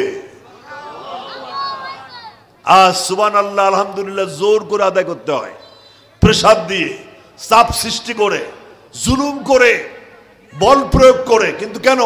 এগুলো তো উইলিংলি বলবেন, কারণ রাসূল বলেছেন সুবহানাল্লাহ আলহামদুলিল্লাহ এটা উচ্চারণে সহজ, কিন্তু কিয়ামতের দিনের ওজন সব থেকে বেশি হবে। সুতরাং এগুলো উইলিংলি বলবেন। কি বলছিলাম? আল্লাহ তাআলা বলছেন, আফালা ইয়ানজুরুনা ইলাল ইবিলি কাইফা খুলিকাত। আমরা লক্ষ্য করছি এখনো। আপনারা কি বিরক্ত হচ্ছেন? মন খারাপ? আমরা তো ডাইরেক্ট কোরআন দিয়ে কথা বলছি, এর থেকে মজার কথা তো আর হতে পারে না। আপনারা আলোচনা শোনার ব্যাপারে মন খারাপ করছেন না তো? তাহলে আর একবার একটু হাত দেখিয়ে দেন, লিল্লাহি তাকবীর। আমি আমার মঞ্চের সংলগ্ন অনেক ভাই এখনো মাছ বিক্রি করছেন। আপনাদের গুনগুনি আওয়াজ আমাদের কানে আসছে, আপনি গুনাহগার হচ্ছেন। আপনাদের আওয়াজ যদি তাফসীর মাহফিলে এসে আর একটা ভাইকে ডিস্টার্ব করে, তাহলে আপনার চরিত্র একটা কাফেরের চরিত্র।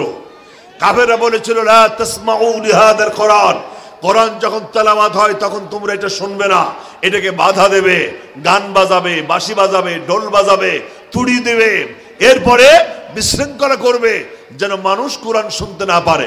আপনাদের আচরণ যদি সেটা হয়, তাহলে আমরা ধরে নেব আপনি তাদেরই বংশধর। আপনারা মঞ্চে আসেন নাই, পেছনে আছেন, তো চুপচাপ কথাগুলো শুনুন মেহেরবানি করে। কোরআন আপনার ভাগ্যকে বিনষ্ট করবে না, কোরআন আপনার ভাগ্যকে সুপ্রসন্ন করে দেবে। ঠিক কিনা জোরে কর। আমরা কথা বলতেছিলাম আফালা ইয়ানজুরুনা ইলাল ইবিলি কাইফা খুলিকাত। আল্লাহ বলছেন তাকায় দেখো আমি উটটাকে কিভাবে বানালাম, তাকায় দেখো উটটাকে আমি কেমনে বানালাম, চোখে দেখো না। এরপর আল্লাহ তাআলা বলছেন আমি জমিনকে আকাশকে বানালাম, ওয়া ইলাস সামাই কাইফা রুফিআত, আমি আকাশটাকে কত উঁচুতে দাঁড় করালাম। আল্লাহু আকবার। সব থেকে সহজ করে বলা যেতে পারে মাটির পৃথিবী থেকে চাঁদ কত দূরে, বিশ্বের বিজ্ঞানীরা সে তথ্য আবিষ্কার করেছেন। মাটির পৃথিবী থেকে সূর্য কত উপরে, বিশ্বের বিজ্ঞানীরা সে তথ্য আবিষ্কার করেছেন। মাটির পৃথিবী থেকে মঙ্গল গ্রহ কত উপরে, বিশ্বের বিজ্ঞানীদের কাছে সে তথ্য ইতিমধ্যে আবিষ্কৃত হয়েছে। কিন্তু মাটির পৃথিবী থেকে আকাশ কত উপরে, এই তথ্য বিশ্বের বিজ্ঞানীরা আজও দিতে পারে না। আল্লাহ বলেন ওয়া ইলাস সামাই কাইফা রুফিআত, তাকায় দেখো আমি আকাশটাকে কত উঁচুতে দাঁড় করালাম। আল্লাহ রাব্বুল আলামিন আরেকটা আয়াতে জানিয়ে দিলেন ওয়া বানাইনা ফাওকাকুম সাবআন শিদাদা, আমি আকাশটাকে 7টি স্তরে বানালাম মজবুত করে। আকাশটাকে আমি মজবুত বানালাম, এটাকে নিয়ে অনেকেই গবেষণা করেছে আকাশের মজবুতকরণের বিষয় নিয়ে। তারা বলছেন মাটির পৃথিবী থেকে আকাশটা যত উপরে, প্রথম আকাশের ঢালাই এত মোটা। বোঝেন নাই তাই তো? আচ্ছা আমি বলি, আপনারা যখন ছাদে ঢালাই দেন, বাড়ির ছাদ যখন ঢালাই দেন কয় ইঞ্চি দেন? 5 ইঞ্চি দেন, 5.5 ইঞ্চি দেন, 6 ইঞ্চি দেন, এরকম দেন। যাই হোক আর কি, এটা হচ্ছে ওই ছাদের ঢালাই বা থিকনেস। বিজ্ঞানীরা বলছেন, গবেষকেরা বলছেন মাটির পৃথিবী থেকে আকাশটা যত উপরে, প্রথম আকাশের ঢালাই এত মোটা। প্রথম আকাশ থেকে দ্বিতীয় আসমান যত উপরে, দ্বিতীয় আসমানের ঢালাই এত মোটা। দ্বিতীয় আসমান থেকে তৃতীয় আসমান যত উপরে, তৃতীয় আসমানের ঢালাই এর স্তরের থিকনেস আবার এত মোটা। কে বানিয়েছেন? আল্লাহর নাম জোরে বলতে শরম করে। কে বলেছে? কে বানিয়েছেন? যার কারণে আকাশ কখনো জং ধরে না, আকাশ কখনো লিক হয় না, আকাশ কখনো ফুটো হয়ে যায় না, আকাশ কখনো ছিদ্র হয় না, আকাশ কখনো ড্যামেজ হয় না, আকাশ কখনো আকাশের কখনো রিপেয়ারিং এর দরকার হয় না। কে বানিয়েছেন? কে বানিয়েছেন? কে বানিয়েছেন? আল্লাহ তাআলা আরেকটা আয়াতে বলছেন আমার যুবকেরা, তরুণেরা, যৌবনেরা, আমার পিতারা, আমার মায়েরা খুব সুন্দর হবে কথা। আল্লাহ রাব্বুল আলামিন চমৎকার করে জানিয়ে দিলেন আল্লাযী খালাকা সাবআ সামাওয়াতিন তিবাকা মা তারা ফি খালকির রহমানি মিন তাফাবুত ফারজি'ল বাসারা হাল তারা মিন ফুতুর। আল্লাহ রাব্বুল আলামিন বলেন আমি আকাশ বানালাম, আকাশটাকে 7টি স্তরে বানালাম, থরে থরে সাজিয়ে দিলাম। এবার তাকায় দেখো তো আমার সৃষ্টির মধ্যে কোনো ভুল আছে নাকি? আমার সৃষ্টি জগতের দিকে তাকায় দেখো ভুল আছে নাকি? একজন বুজুর্গ আল্লাহর কোরআন পড়তেছিলেন একটি বটগাছের নিচে বসে। যখন তিনি এই আয়াতগুলো তেলাওয়াত করতেছিলেন, তেলাওয়াত করতে করতে যখন তিনি ওখানে পৌঁছে গেলেন, হাল তারা মিন ফুতুর, দেখো তো আমার সৃষ্টির মধ্যে কোনো ভুল আছে নাকি? আল্লাহর এই বুজুর্গ, এই দরবেশ কোরআন তেলাওয়াত বন্ধ করে দিলেন, থমকে দাঁড়িয়ে গেলেন। কোরআন তেলাওয়াত বন্ধ করে আল্লাহর সৃষ্টি তিনি অবজারভেশন করতে লাগলেন, তিনি দেখতে লাগলেন। এক পর্যায়ে বলছে রব্বুল আলামিন তোমার সৃষ্টির মধ্যে ভুল আছে, সে কথা আমি বলি না, কিন্তু তাল গাছটা যেরকম ফলের সাইজ ঠিক আছে, ডাব গাছটা যেরকম ফলের সাইজ ঠিক আছে, বেল গাছটা যেরকম গাছ অনুযায়ী ফলের সাইজ মোটামুটি ঠিক আছে, কিন্তু বিশাল বট গাছ, গাছের তুলনায় ফলটা বড় বেমানান, এতটুকুন এতটুকুন। শুনছেন না? উনি বলছেন সৃষ্টি সব ঠিক আছে, কিন্তু এখানে ঠিক নাই। বটগাছের তুলনায় ফলটা বড় বেমানান। আনসাইন্টিফিক তত্ত্ব আমার চোখে ধরা পড়ছে। এখানে একটা গরমিল আছে বলে আমার মনে হয়। কিতাবের মধ্যে এসেছে, বুজুর্গ যখন এরকম চিন্তা করতেছিলেন, হঠাৎ করে বাতাসের আঘাতে ডালে ডালে বাড়ি লেগে আধা পাকা একটা বটের ফল ঠস করে বুজুর্গ নাকের উপর পড়ছে।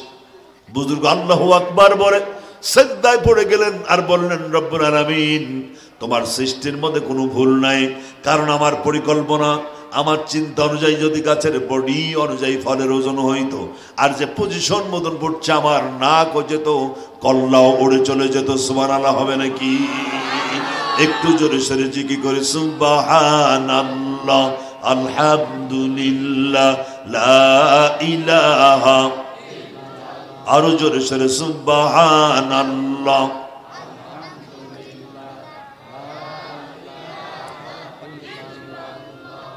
লা ইলাহা ইল্লাল্লাহু মুহাম্মাদুর রাসূলুল্লাহ। যেমন তুমি দিলে জমিন দিয়ে আসমান, সুখের সমাজ গড়তে দিলে তেমনি কোরআন। তোমার দয়া ফুরান, দয়া ফুরান, দয়া ফুরান। তৃষ্ণা নিবারণে দিলে স্বচ্ছ সাধু পানি, জঠর জ্বালা জুড়াতে আর ফল ফসল জানি। পথের দিশাই তেমনি দিলে, পথের দিশাই তেমনি দিলে রাসূল আকরাম, রাসূল আকরাম, রাসূল আকরাম। যেমন তুমি দিলে জমিন দিয়ে আসমান, সুখের সমাজ গড়তে দিলে তেমনি কোরআন। তোমার দয়া ফুরান, দয়া ফুরান, দয়া ফুরান। লিল্লাহে তাকবীর। কথা বলতেছিলাম চোখের ব্যাপার। আল্লাহ বলছেন এগুলো চোখ দিয়ে দেখো কিভাবে আমি এটা বানালাম। শুধু নাটক দেখো না, শুধু ছবি দেখো না, চোখ দিয়ে আল্লাহ সৃষ্টি তাকায় দেখো। আবার আল্লাহ বলছেন আলাম নাজআলিল আরদা মিহাদা, আমি পাহাড় বানালাম পেরেক করে, তাকায় দেখো। পাহাড়টাকে পেরেক বলা হলো কেন? আল্লাহ তারা সে কথাও বলেছেন, পেরেকের কাজ হচ্ছে একটির সাথে আর একটাকে আটকে দেওয়া, তাই তো? পেরেক যখন কাঠের মধ্যে পুরোটা ঢুকে যায়, তখন পেরেকের উপর একটি চ্যাপ্টা অংশ অবশিষ্ট থাকে। এটাকে রাজশাহীর ভাষায় আপনারা এটাকে কি বলেন? চান্দি। চান্দি। আচ্ছা, হোক, চান্দি হতে পারে, টুপি হতে পারে, আবার মাথা হতে পারে, ছাতি হতে পারে, যে ভাষায় আপনি বলেন। এটা হচ্ছে পেরেক পুরোটা ঢুকে যায় আর উপরে ছাতি বাকি থাকে বা চান্দি বাকি থাকে। বিজ্ঞানীরা এটা নিয়ে গবেষণা করেছে, আল্লাহ পাহাড়টাকে পেরেক বললেন কেন? গবেষণা করতে করতে তারা প্রমাণ করেছে যে পাহাড় দেখা যায়, এটা হচ্ছে পাহাড়ের টুপি। সুবহানাল্লাহ। বাকিতে থাক। আমার ভাইয়েরা, সহজ করে বলি, হিমালয় পর্বতের উচ্চতা প্রায় ৩৩,০০০ ফিট। এটা হচ্ছে হিমালয় পর্বতের ছাতি। এই যদি হয় ছাতি, তাহলে পুরো হিমালয় পাহাড় কত বিশাল! কে বানিয়েছেন? কে বানিয়েছেন? কে বানিয়েছেন? শুধু পাহাড়ের পাদদেশে উঠে নতুন বউ নিয়ে হানিমুন করবেন এজন্য পাহাড় বানানো হয় না। বঙ্গোপসাগর পানিতে নেবে নতুন বউ নিয়ে নগ্ন হয়ে আনন্দ করে ছবি উঠাবেন, এজন্য বঙ্গোপসাগর তৈরি করা হয় না। ঠিক কিনা যারা বলেন? পাহাড়ের পাদদেশে দাঁড়িয়ে চিন্তা করেন, পাহাড় যদি হয় এত বিশাল, তাহলে এর স্রষ্টা, এর আল্লাহ কত বিশাল সেটা নিয়ে ভাবেন। বঙ্গোপসাগরের কিনারে দাঁড়িয়ে বঙ্গোপসাগরের বিশালতা দেখে আল্লাহকে সিজদা দিয়ে প্রমাণ করেন যে বঙ্গোপসাগর যদি এত বিশাল হয়, তাহলে এর স্রষ্টা আল্লাহ সুবহানাহু ওয়া তাআলা কত বিশাল। এগুলো চিন্তা করেন, এগুলো নিয়ে ভাবেন। তা নয় নাটক, শুধু সিনেমা দেখতেছে। মসজিদ আজান হয়ে যায়, ছবি দেখতে দেখতে ছবি শেষ হয় না, আজান হয়ে যায়, মসজিদে যাওয়ার সুযোগ নাই। এমন মুসল্লি বুঝি এলাকায় নাই। যারা আসতে বলছেন সব ওই দলের লোক। কথা জোরে বলতে হবে, আছে না নাই? আজান হয়ে যায়, মসজিদে আসার সুযোগ হয় না, সিনেমা দেখতেছে চোখ দিয়ে। সম্মানিত ভাইরা, চোখের কাজটা কি? এরপর আল্লাহ রাব্বুল আলামিন আবার বলছেন যে আলাম নাজআলিল আরদা মিহাদা, আমি জমিনকে করলাম বসবাসের উপযোগী। সুবহানাল্লাহ বলেন না কেন?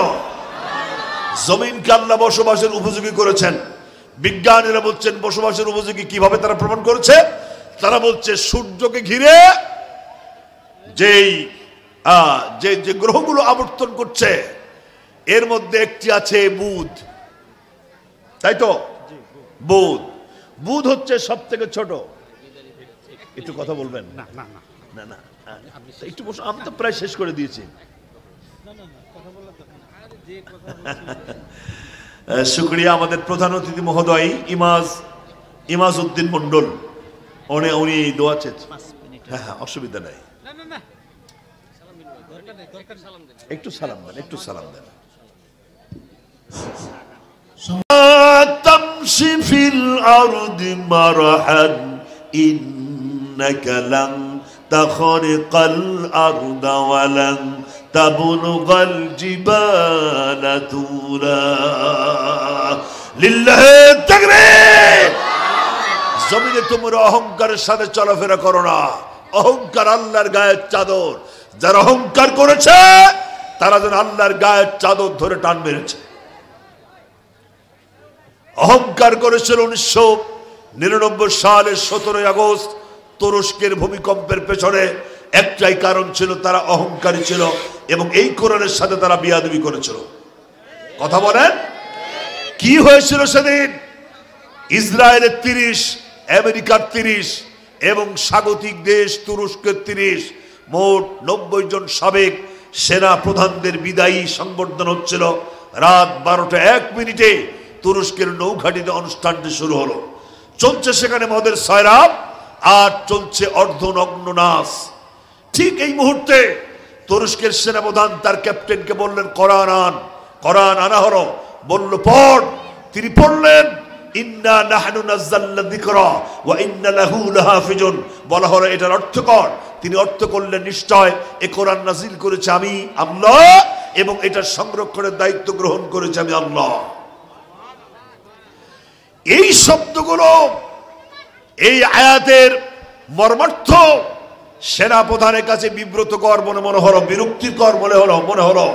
তিনি তখন বললেন ঠিক আছে, এটার ব্যাখ্যা কর। ক্যাপ্টেন বললেন স্যার আমি তো ব্যাখ্যা জানি না। তিনি বললেন ব্যাখ্যা আমি করছি, তো শোন। তোর আল্লাহ বলেছে কোরআন নাজিল করেছে আমি, সংরক্ষণের দায়িত্ব গ্রহণ করেছে আমি দেখতে চাই তোর আল্লাহ কি করে কোরআন সংরক্ষণ করে, আমি নিজের চোখে আমি দেখতে চাই। এই বলে তিনি কোরআনের পাতাগুলোকে দুহাত দিয়ে ছিঁড়ে টুকরো টুকরো করে নর্তকের পায়ে নিজে ছুঁড়ে ফেলে দিল। আর ক্যাপ্টেনকে চিৎকার দিয়ে ডেকে বলল তুই ডেকে আন, তোর আল্লাহকে ডাক, আমি দেখতে চাই তোর আল্লাহ কি করে এই মুহূর্তে কোরআন সংরক্ষণ করে, আমি দেখতে চাই। ক্যাপ্টেন ছিলেন মুসলিম, তিনি আল্লাহর গজবের ভয়ে পালিয়ে গেলেন। 1 মিনিট নয়, আধা মিনিট নয়, 29 সেকেন্ডের মাথায় ভূমিকম্প শুরু হয়ে গেল। পত্রিকায় সেভাবেই এসেছিল 29 সেকেন্ডের ভূমিকম্পে 40,000 দর্শক শ্রোতা পানি গহ্বরে বিলীন হয়ে গেল। কে করলেন? আল্লাহর নাম জোরে বললে অসুবিধা আছে? কে করলেন? সে আল্লাহ এখন নাই। যারা অহংকার করে আল্লাহ তাদেরকে এইভাবেই শেষ করে দেন। হিটলার 60 লক্ষ মানুষ খুন করেছিল। হিটলার সে কি বেঁচে আছে না মরছে? আপনারা কি চেঙ্গিস খানের নাম শুনেছেন? চেঙ্গিস খান 2.25 কোটি মানুষ খুন করেছে, 2.25 কোটি।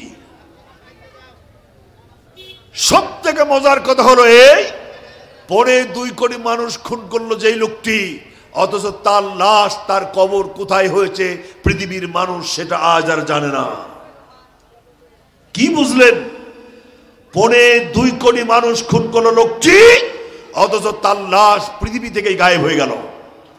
এটাই বাস্তবতা, এটাই সত্য। যারা অহংকারী আল্লাহ তাদেরকে শেষ করে দেন।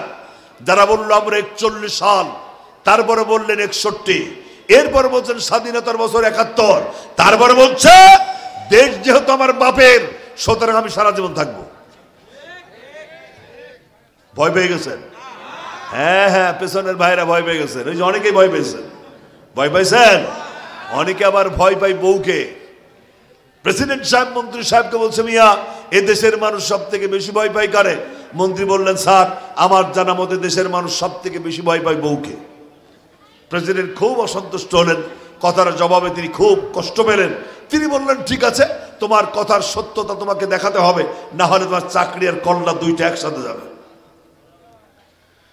তিনি লিফলেট ছাপালেন, হ্যান্ডবিল ছাপালেন, প্রচার মিডিয়ার সব মিডিয়ায় জানিয়ে দিলেন, বউকে তোমরা যারা বেশি ভয় পাও তোমরা দাঁড়াবা এইদিকে, আর বউকে যারা একেবারেই ভয় পাও না তারা দাঁড়াবা এইদিকে। প্রেসিডেন্ট এসে দেখে সব মানুষ এদিকে দাঁড়ানো, যেদিকের লোকজন বউকে ভীষণ ভয় পায়। অবশ্য অপোজিশনে একটা দুর্বল শুকনা শাকনা মানুষ, একটা গরিব মানুষ, কাবু একটা অসুস্থ মানুষ একা একা একদিক দাঁড়া আছে, লোকটি বউকে ভয় পায় না। প্রেসিডেন্ট সাহেব এসে আশ্চর্য হয়ে লোকটিকে জিজ্ঞেস করছেন, বেটা সব মানুষ বউকে ভয় পায় তো তুমি পাও না কেন? উনি বলছেন, রাজা মশাই বউকে ভয় পাই কিনা এটা তো আমি বুঝি না, তবে বাড়ির থেকে বেরোনোর সময় বউ আমাকে পরিষ্কার করে বলে দিয়েছে যে সবাই দাঁড়াবে যেদিকে, তুমি দাঁড়াবে তার বিপরীত দিকে। তাই আমি এই দিক দাঁড়ায় আছি, তবে বউকে ভয় পাই কিনা আমি জানি না। হিসেব করে দেখা যাচ্ছে এই লোকটি বউকে বেশি ভয় পায়। ভয় পাবেন কাকে? আরো জোরে বলতে হবে, ভয় পাবেন কাকে? আমার যদি 1 মিনিট জীবন থেকে থাকে, সারা পৃথিবীর কাফের বেঈমানরা পরিকল্পনা করে আমার 1 সেকেন্ড আগেও আমার মৃত্যু ঘটাতে পারবে না। সুতরাং যারা এরকম অহংকার করলো, দেখেন দুপুরের খাবার প্রস্তুত, ডাইনিং টেবিলে খাবার পরিবেশন হয়ে গেছে, দুপুরের খাবারটাও কপালে জুটলো না। এটাই বাস্তবতা, এটাই সত্য। এই জন্য জমিনে অহংকার নিয়ে চলাফেরা করো না, জমিনে ঘোরো, আল্লাহর নিদর্শন দেখতে থাকো, চোখ তোমার ছানা বড়া হয়ে যাবে, আল্লাহর শ্রদ্ধায় তোমার মাথা নত হয়ে যাবে। কথা ঠিক কিনা জোরে কর। আল্লাহ রাব্বুল আলামিন এরপর আবার বলছেন, খুব বার করে লক্ষ্য করুন আল্লাহ কি বলছেন। আল্লাহ রাব্বুল আলামিন কোরআনে কারীমের মধ্যে চমৎকার করে জানিয়ে দিলেন, ওয়া হুয়াল্লাযী মারাজাল বাহরাইনি হাদা আদবুন ফুরাত ওয়া হাদা মিলহুন উজাজ ওয়া জাআলা বাইনাহুমা বারযাখান ওয়া হিজরাম মাহজুরা। লিল্লাহি তাকবীর। আল্লাহ বলছেন, সমুদ্রের পানিকে আমি লবণাক্ত করলাম আর নদীর পানিকে মিষ্টি করলাম, চোখে দেখো না। কেন করলাম? এটা নিয়ে কখনো ভাবছেন? ভাববেন কখন? কিলাকিলি করি তো জান শেষ। ছবি দেখবেন না, এগুলো নিয়ে ভাববেন। আল্লাহ বলছেন নদীর পানিকে মিষ্টি করলাম, সাগরের পানিকে লবণাক্ত করলাম। কারণ নদীর পানি হচ্ছে প্রবাহমান, সাগরের পানি হচ্ছে স্থির। নদীর পানি চলমান, সাগরের পানিতে শুধু ঢেউ তৈরি হয়, কিন্তু সাগরের পানিতে কোনো স্রোত নাই। আপনারা একমত কিনা আমার সাথে? হ্যাঁ, যারা এগুলো নিয়ে চিন্তা করেছেন তারা একমত হবেন। আর যারা শুধু হানিমুন করতে গেছেন তারা এগুলো বুঝবেন না। সাগরের পানি হচ্ছে স্থির, শুধু তরঙ্গায়িত হয়, ঢেউ তৈরি হয়। আর নদীর পানি হচ্ছে চলমান, চলছে, স্রোত আছে। কারণ পদ্মা, মেঘনা, যমুনা, কুশিয়ারা, কপোতাক্ষ, ব্রহ্মপুত্র দিয়ে অসংখ্য নোংরা, অসংখ্য আবর্জনা, অসংখ্য ভাগাড়, অসংখ্য ময়লা শিয়ালের লাশ, কুত্তার লাশ, বিড়ালের লাশ, অসংখ্য নোংরা জিনিস ভাসতে ভাসতে চলে যাচ্ছে বঙ্গোপসাগরে। আর বঙ্গোপসাগরে রয়েছে লক্ষ কোটি বিলিয়ন ট্রিলিয়ন কোটি মেট্রিক টন লবণ। আল্লাহ এটা ঢেলে দিয়েছে। লবণের কাজ হচ্ছে মুহূর্তের মধ্যে সমস্ত আবর্জনাকে খেয়ে শেষ করে দিচ্ছে। সুবহানাল্লাহ হলো না? লবণ, এগুলো নিয়ে আল্লাহ বলছেন এগুলো নিয়ে চিন্তা করো না। এরপরে শুধু বিজ্ঞানের ছেলেদেরকে আল্লাহ ডেকে বলছেন, শুধুমাত্র সায়েন্স ফ্যাকাল্টির ছেলেরা। আল্লাহ বলছেন আলাম তারা আন্নাল ফুলকা তাজরি ফিল বাহরি বিনিয়ামাতিল্লাহ। ও বিজ্ঞানের ছেলেরা, আলাম তারা, চোখে দেখো না? তাকায়া দেখো তাকায়া দেখো সমুদ্র বন্দর, তাকায়া দেখো নদী বন্দরের দিকে, চোখের কাছটাকে দেখেন, তাকায় দেখো সেখানে লক্ষ লক্ষ টন ওজন নিয়ে জাহাজগুলো পানির উপরে ভেসে চলেছে, পানির মধ্যে দেবে যায় না। কে পানির উপরের জাহাজগুলোকে ভাসিয়ে রেখেছে? মানুষ না আল্লাহ। চোখে দেখো না? এই বোতলটা যদি ছেড়ে দিয়ে মাটির দিকে আসছে, মাটি তার দিকে আকর্ষণ করছে, আর পানির উপর বোতলটা ছেড়ে দেবেন, এটা পানির উপরে ভেসে থাকবে। তার মানে পানির কাজ হচ্ছে ঊর্ধ্বচাপ, প্রত্যেকটা জিনিসকে উপরের দিকে ঠেলে রাখছে, চেপে রাখছে। এই শক্তি আল্লাহ দিয়েছেন। আল্লাহ বলছে এগুলো নিয়ে চিন্তা করো না, এগুলো নিয়ে ভাবো না। আল্লাহ রাব্বুল আলামিনের পরে বলছেন আফরাআইতুমুল মাল্লাযী তাশরাবুনা আনতুম আনজালতুমুহু মিনাল মুজনি আম নাহনুল মুনজিলুন। ও বিশ্বের মানুষেরা, তাকায় দেখো, যেই পানি তোমরা পান করো এই পানি কে নাজিল করে? মানুষ না আল্লাহ। আফরাআইতুম, চোখে দেখো না কিভাবে নাজিল হয় পানিটা? আল্লাহ বলছেন পানিটা আমি কেমনে নাজিল করি, চোখে দেখো না? সূর্যের আলোয় বঙ্গোপসাগরের পানি গরম হয়, বিজ্ঞানও তাই বলছে। এবং এই পানি বাষ্পীয় আকারে উত্থিত হয়, মেঘমালায় পরিণত হয়, এরপরে হিমালয় পর্বতে ধাক্কা খায়, এরপর এটা বৃষ্টি আকারে পড়ে, গুড়ি গুড়ি বৃষ্টি পড়ে। সেই পানি পদ্মা, মেঘনা, যমুনা দিয়ে আবার গড়তে গড়তে বঙ্গোপসাগরে জমা হয়, আবার গরম হয়, মেঘ হয়, পানি পড়ে, সেই পানি আবার গড়তে গড়তে বঙ্গোপসাগরে জমা হয়, আবার গরম হয়, মেঘ হয়, ধাক্কা খায়, পানি পড়ে, সেই পানি আবার বঙ্গোপসাগরে জমা হয়। এই প্রক্রিয়াটা কার? আর জোরে, প্রক্রিয়াটা কার? চোখে দেখো না? আল্লাহ রাব্বুল আলামিন আবার বলছেন আফরাআইতুমুন নারাল্লাতী তুরুনা আনতুম আনশাআতুম শাজারাতাহা আম নাহনুল মুনশিউন। তোমরা রান্না করার সময়, গোশত রান্না, মাছ রান্নার সময় যে আগুন জ্বালাও, কি দিয়ে জ্বালাও? কেরোসিন, পেট্রোল, গ্যাস, কয়লা, খড়ি। আল্লাহ বলছেন এগুলো কার? আরে ভাই জোরে বলেন, এগুলো কার? কয়লার পাহাড় আছে না? আছে। কয়েকদিন আগে আমার সুনামগঞ্জের তাহেরপুর উপজেলা একটি প্রোগ্রাম ছিল, একেবারেই ইন্ডিয়ার মেঘালয়ের পাশ ঘেঁষে। আমি সেখানে গেলাম, আমাকে ওরা নিয়ে গেল, দেখলাম পাহাড়গুলো সব ইন্ডিয়া দখল করে নিয়েছে। অর্থাৎ যখন পূর্ব পাকিস্তান ছিল, পাকিস্তানের মধ্যে যখন বাংলাদেশ ছিল, তখন বাংলাদেশের মানচিত্রের মধ্যে পাহাড়গুলো ছিল, পাহাড়গুলো সব বাংলাদেশের মানচিত্রের মধ্যে ছিল। যখন বাংলাদেশ স্বাধীন হলো, তখন ভারত কায়দা করে সব পাহাড়গুলো তাদের নিয়ন্ত্রণের মধ্যে নিয়ে নিল, এবং সে পাহাড়গুলো সব কয়লা দিয়ে ভরা। পাহাড়ের তলায় টোটাল কয়লা আর কয়লা। যেই কয়লা দিয়ে ইট পোড়ানো হয়, যে কয়লা দিয়ে ট্রেন চলে, যে কয়লা আরো কি কাজ ব্যবহার হয়? হ্যাঁ, বিদ্যুৎ উৎপাদনে ব্যবহার হয় এই কয়লা। আল্লাহ তাআলা বলছেন এইগুলো কার? একটু জোরে আর একবার। আল্লাহ বলছেন আফরাআইতুম, চোখে দেখো না? আল্লাহ আবার বলছেন ওয়া ইন্না লাকুম ফিল আনআমি লাইবরাতান নুসকিকুম মিম্মা ফি বুতুনিহি মিন বাইনি ফারসিন ওয়া দামিল লাবানান খালিসান সাইগান লিশারিবিন।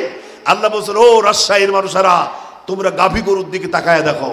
গাভীর শরীরের মধ্যে আছে পায়খানা, এর মধ্যে আছে প্রস্রাব, এর মধ্যে আছে রক্ত। রক্ত, প্রস্রাব, পায়খানার ভেতর থেকে রাজশাহীর মানুষের জন্য আমি সাদা ধবধবি দুধের ব্যবস্থা করে দিলাম। চোখে দেখো না? এগুলো চিন্তা করেন। শুধু নাটক দেখবেন কেন? শুধু সিনেমা দেখবেন কেন? আমাদের চোখ চললে সিনেমা দেখার জন্য পৃথিবীতে পাঠাই নাই। চোখ আল্লাহ নিদর্শন দেখেন, আপনার মাথা নত হয়ে যাবে আল্লাহর সামনে। ঠিক কিনা যারা বলেন? আল্লাহ রাব্বুল আলামিন আবার বলছেন আওয়ালাম ইয়ারাউ ইলা তাইরি। আহা, কি চমৎকার কথা! ওই পাখিগুলো যখন আকাশে ওড়ে, তাকায় দেখো না, পাখিগুলো আকাশে যখন ওড়ে ডানায় ঝাপটা দিয়ে সা করে ওড়ে, আবার কখনো কখনো ডানা স্থির রেখেও আকাশে উড়ে বেড়ায়। সূরা মুলক 19 নম্বর আয়াত। আল্লাহ বলছেন পাখিগুলো আকাশে ডানায় ঝাপটা দিয়ে ওড়ে, আবার কখনো কখনো ডানা স্থির রেখেও আকাশে উড়ে বেড়ায়। মা ইউমসিকুহুন্না ইল্লার রহমান। এই পাখিগুলোকে আকাশে আল্লাহ ছাড়া কেউ ধরে রাখে না। এগুলো নিয়ে চিন্তা ভাবনা করো না। ও যুবক, শেষ কথা বলতে চাই, কুল আরাআইতুম ইন আসবাহা মাউকুম গাওরান ফামাইয়াতিকুম বিমাইন মাইন। সূরা মুলক 30 নম্বর আয়াত। আল্লাহ বলছেন, ও পৃথিবীর মানুষেরা, তোমরা লক্ষ্য করো না, পানি যখন বৈশাখ মাসে চৈত্র মাসে যখন পানির লেয়ার নিচে নেমে যায়, সেই লেয়ার টেনে উপরে উঠাতে এক আল্লাহ ছাড়া কেউ পারে না। এগুলো নিয়ে চিন্তা ভাবনা করো না। শেষ কথা বলতে চাই, আল্লাহ রাব্বুল আলামিন বলছেন ওয়াল্লাহু খালাকা কুল্লা দাব্বা মিম্মা ইন ফামিনহুম মাইয়ামশি আলা বাতিনিহি ওয়া মিনহুম মাইয়ামশি আলা রিজলাইন ওয়া মিনহুম মাইয়ামশি আলা আরবাইন। সব ডাক্তার যদি এক জায়গায় হয় আর মিজানুর রহমান আজহারি যদি এক জায়গায় হয়, আমার মনে হয় ডক্টর মিজানুর রহমান আজহারির মূল্য বেশি হয়ে যাবে। আমার সাথে একমত না আপনারা? তো মিজানুর রহমান আজহারির এই মূল্যটা কিভাবে এসছে? সেই শুধু ইসলামিক স্কলার হওয়ার কারণে, কোরআনের কারণে। ডাক্তার জাকির নায়েক যখন শুধু ডাক্তার ছিলেন, তখন বিশ্বের কোনো মানুষ তাকে চেনে নাই। কিন্তু যখন তিনি ইসলামিক স্কলার হলেন, তখন গোটা পৃথিবীতে ডাক্তার জাকির নায়েককে মানুষ চিনেছে। কথা বলেন। আল্লামা দেলাওয়ার হোসেন সাইদিকে গোটা পৃথিবীর মানুষ চিনেছে শুধু কোরআনের কারণে। কথা ঠিক কিনা? আমার প্রিয় ভাইরা, সেই কোরআন আজও আছে। এই কোরআনের শিক্ষা ব্যবস্থা যেন চলমান থাকে। আমার সন্তান যেন কোরআন শিখতে পারে, যেন অন্যের সন্তান কোরআন শিখতে পারে। কোরআন শিক্ষা ব্যবস্থা যেন অচল না হয়ে যায়, বন্ধ না হয়ে যায়, সেদিকে আমাদের প্রত্যেকের লক্ষ্য রাখা উচিত। ওমান আরাদা আন যিকরি ফাইন্না লাহুম মাঈশাতান দানকা। যারা কোরআনের শিক্ষা ব্যবস্থায় যারা পিছিয়ে আসে, কিয়ামতের দিন আল্লাহ তাদেরকে অন্ধ করে উঠাবেন। সুতরাং এই মাদ্রাসার শিক্ষা ব্যবস্থা চালু থাক, এই মাদ্রাসা যেন চলমান থাক। আমরা চাই কিনা? আমি 10টা মানুষকে একটু দেখতে চাচ্ছি। 10 জন ভাই, এতগুলো মানুষের ভিতরে 10 লিকুইড করে তরল বানায়া বের করে দিতে সময় লাগবে 3 মিনিটের বেশি না। সেই নীলতিমির খাবার লাগে প্রতিদিন 150 মণ। সুবহানাল্লাহ। বাকিতে থাক, কে দেন খাবার? ছোট্ট একটা পিঁপড়া আল্লাহর কাছে অভিযোগ করে বলল, আল্লাহ আমি তো 6 মাস ইনকাম করি, 6 মাস বসে থাকি। 6 মাসের ইনকামে তো আমার বছর চলার কথা নয়। পিপিলিকা দলবল ছাড়িয়ে খা। কোথায় যাও ভাই বলি। শীতের সঞ্চয় চাই, খাদ্য খুঁজিতেছে তাই 6 পায়ে পিলপিল চলি। তার মানে পিঁপড়া 6 মাস ইনকাম করে, আর 6 মাসে সে সঞ্চিত ধনভাণ্ডার বসে বসে খায়। আল্লাহকে বলছে, আল্লাহ আমার তো 6 মাসের ইনকামে তো বছর চলার কথা নয়, আমি তো না খেয়ে মারা যাব। তখন আল্লাহ রাব্বুল আলামিন পিঁপড়ার প্রতি ওহী করলেন, যেভাবে ওহী করা হয়েছে মধুর মাসিকে। ওহীর মাধ্যমে পিঁপড়াকে জানিয়ে দিলেন, তুমি মোটেই চিন্তা করো না, তোমার শরীরে আমি স্পেশাল কিছু ক্ষমতা দিয়ে দিলাম। প্রাণীবিজ্ঞান এই স্পেশাল ক্ষমতা নিয়ে গবেষণা করেছে। তারা বলছে এই পৃথিবীতে একটি মাত্র প্রাণী যার নাম পিঁপড়া।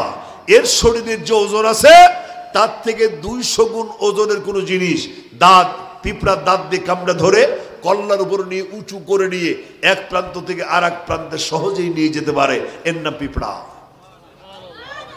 আরো জোরে, আরো জোরে। এরপরে অভিযোগ করলো শকুন। শকুন বলছে, আল্লাহ আমি যখন মাটির পৃথিবী থেকে আকাশে উড়ি তখন 3 থেকে 3.5 মাইল উপরে উড়ি। এত দূর থেকে তো আমি খাবার চিনতে পারবো না। আল্লাহ তাআলা শকুনকে বললেন, তুমি চিন্তা করো না, তোমার চোখের পাওয়ার এত বাড়ায় দিলাম, 3.5 মাইল দূর থেকে বলতে পারবা এই খাবারটা তোমার উপযোগী কিনা। আর আমি খাবার যতক্ষণ পর্যন্ত নাকের সামনে না আসে ততক্ষণ আমি বলতে পারি না খাবারটা আমার জন্য উপযোগী কি না। অথচ শকুন 3.5 মাইল থেকে বলতে পারে খাবারটা তার জন্য যোগ্য মানে উপযোগী কিনা, সে 3.5 মাইল থেকে বলে দিতে পারে। সুবহানাল্লাহ হবে না? আরেকটা প্রাণী যার নাম শামুক। শামুক বলছে, আল্লাহ আমার গতি তো সব থেকে স্লো, ঘন্টায় 22 ইঞ্চি। শোনেন নাই? হ্যাঁ, 1 ঘন্টায় 22 ইঞ্চি। অর্থাৎ বিজ্ঞানীরা এটা নিয়ে চিন্তা করেছে, শামুকের গতিবেগ নিয়ে তারা চিন্তা ভাবনা করে তারা প্রমাণ করেছে একটা শামুক 1 ঘন্টায় সর্বোচ্চ যেতে পারে 22 ইঞ্চি, এর বাইরে যাওয়ার তার ক্ষমতা নাই। শামুক বলছে, আল্লাহ আমার গতি তো সব থেকে স্লো, আমি তো কোনো জিনিস শিকার করে খেতে পারি না। পানির স্রোতের মোহনায় আমি যখন সামনের দরজা খোলা রাখি, সামনে কোনো খাবার আসলে আমি ধরে ধরে খাই, কিন্তু পানি যদি শুকায় যায় তখন করবোটা কি? আল্লাহ তাআলা শামুকের প্রতি ওহী নাযিল করলেন। ওহীর মাধ্যমে শামুককে বলে দিলেন, শামুক মোটেই চিন্তা করো না, তোমার প্রাণ শক্তি, জীবনী শক্তি এত মজবুত করে দিলাম, 3 বছর পর্যন্ত কিচ্ছু খাবিনি, তাও মরবিনি, বেঁচে থাকবি।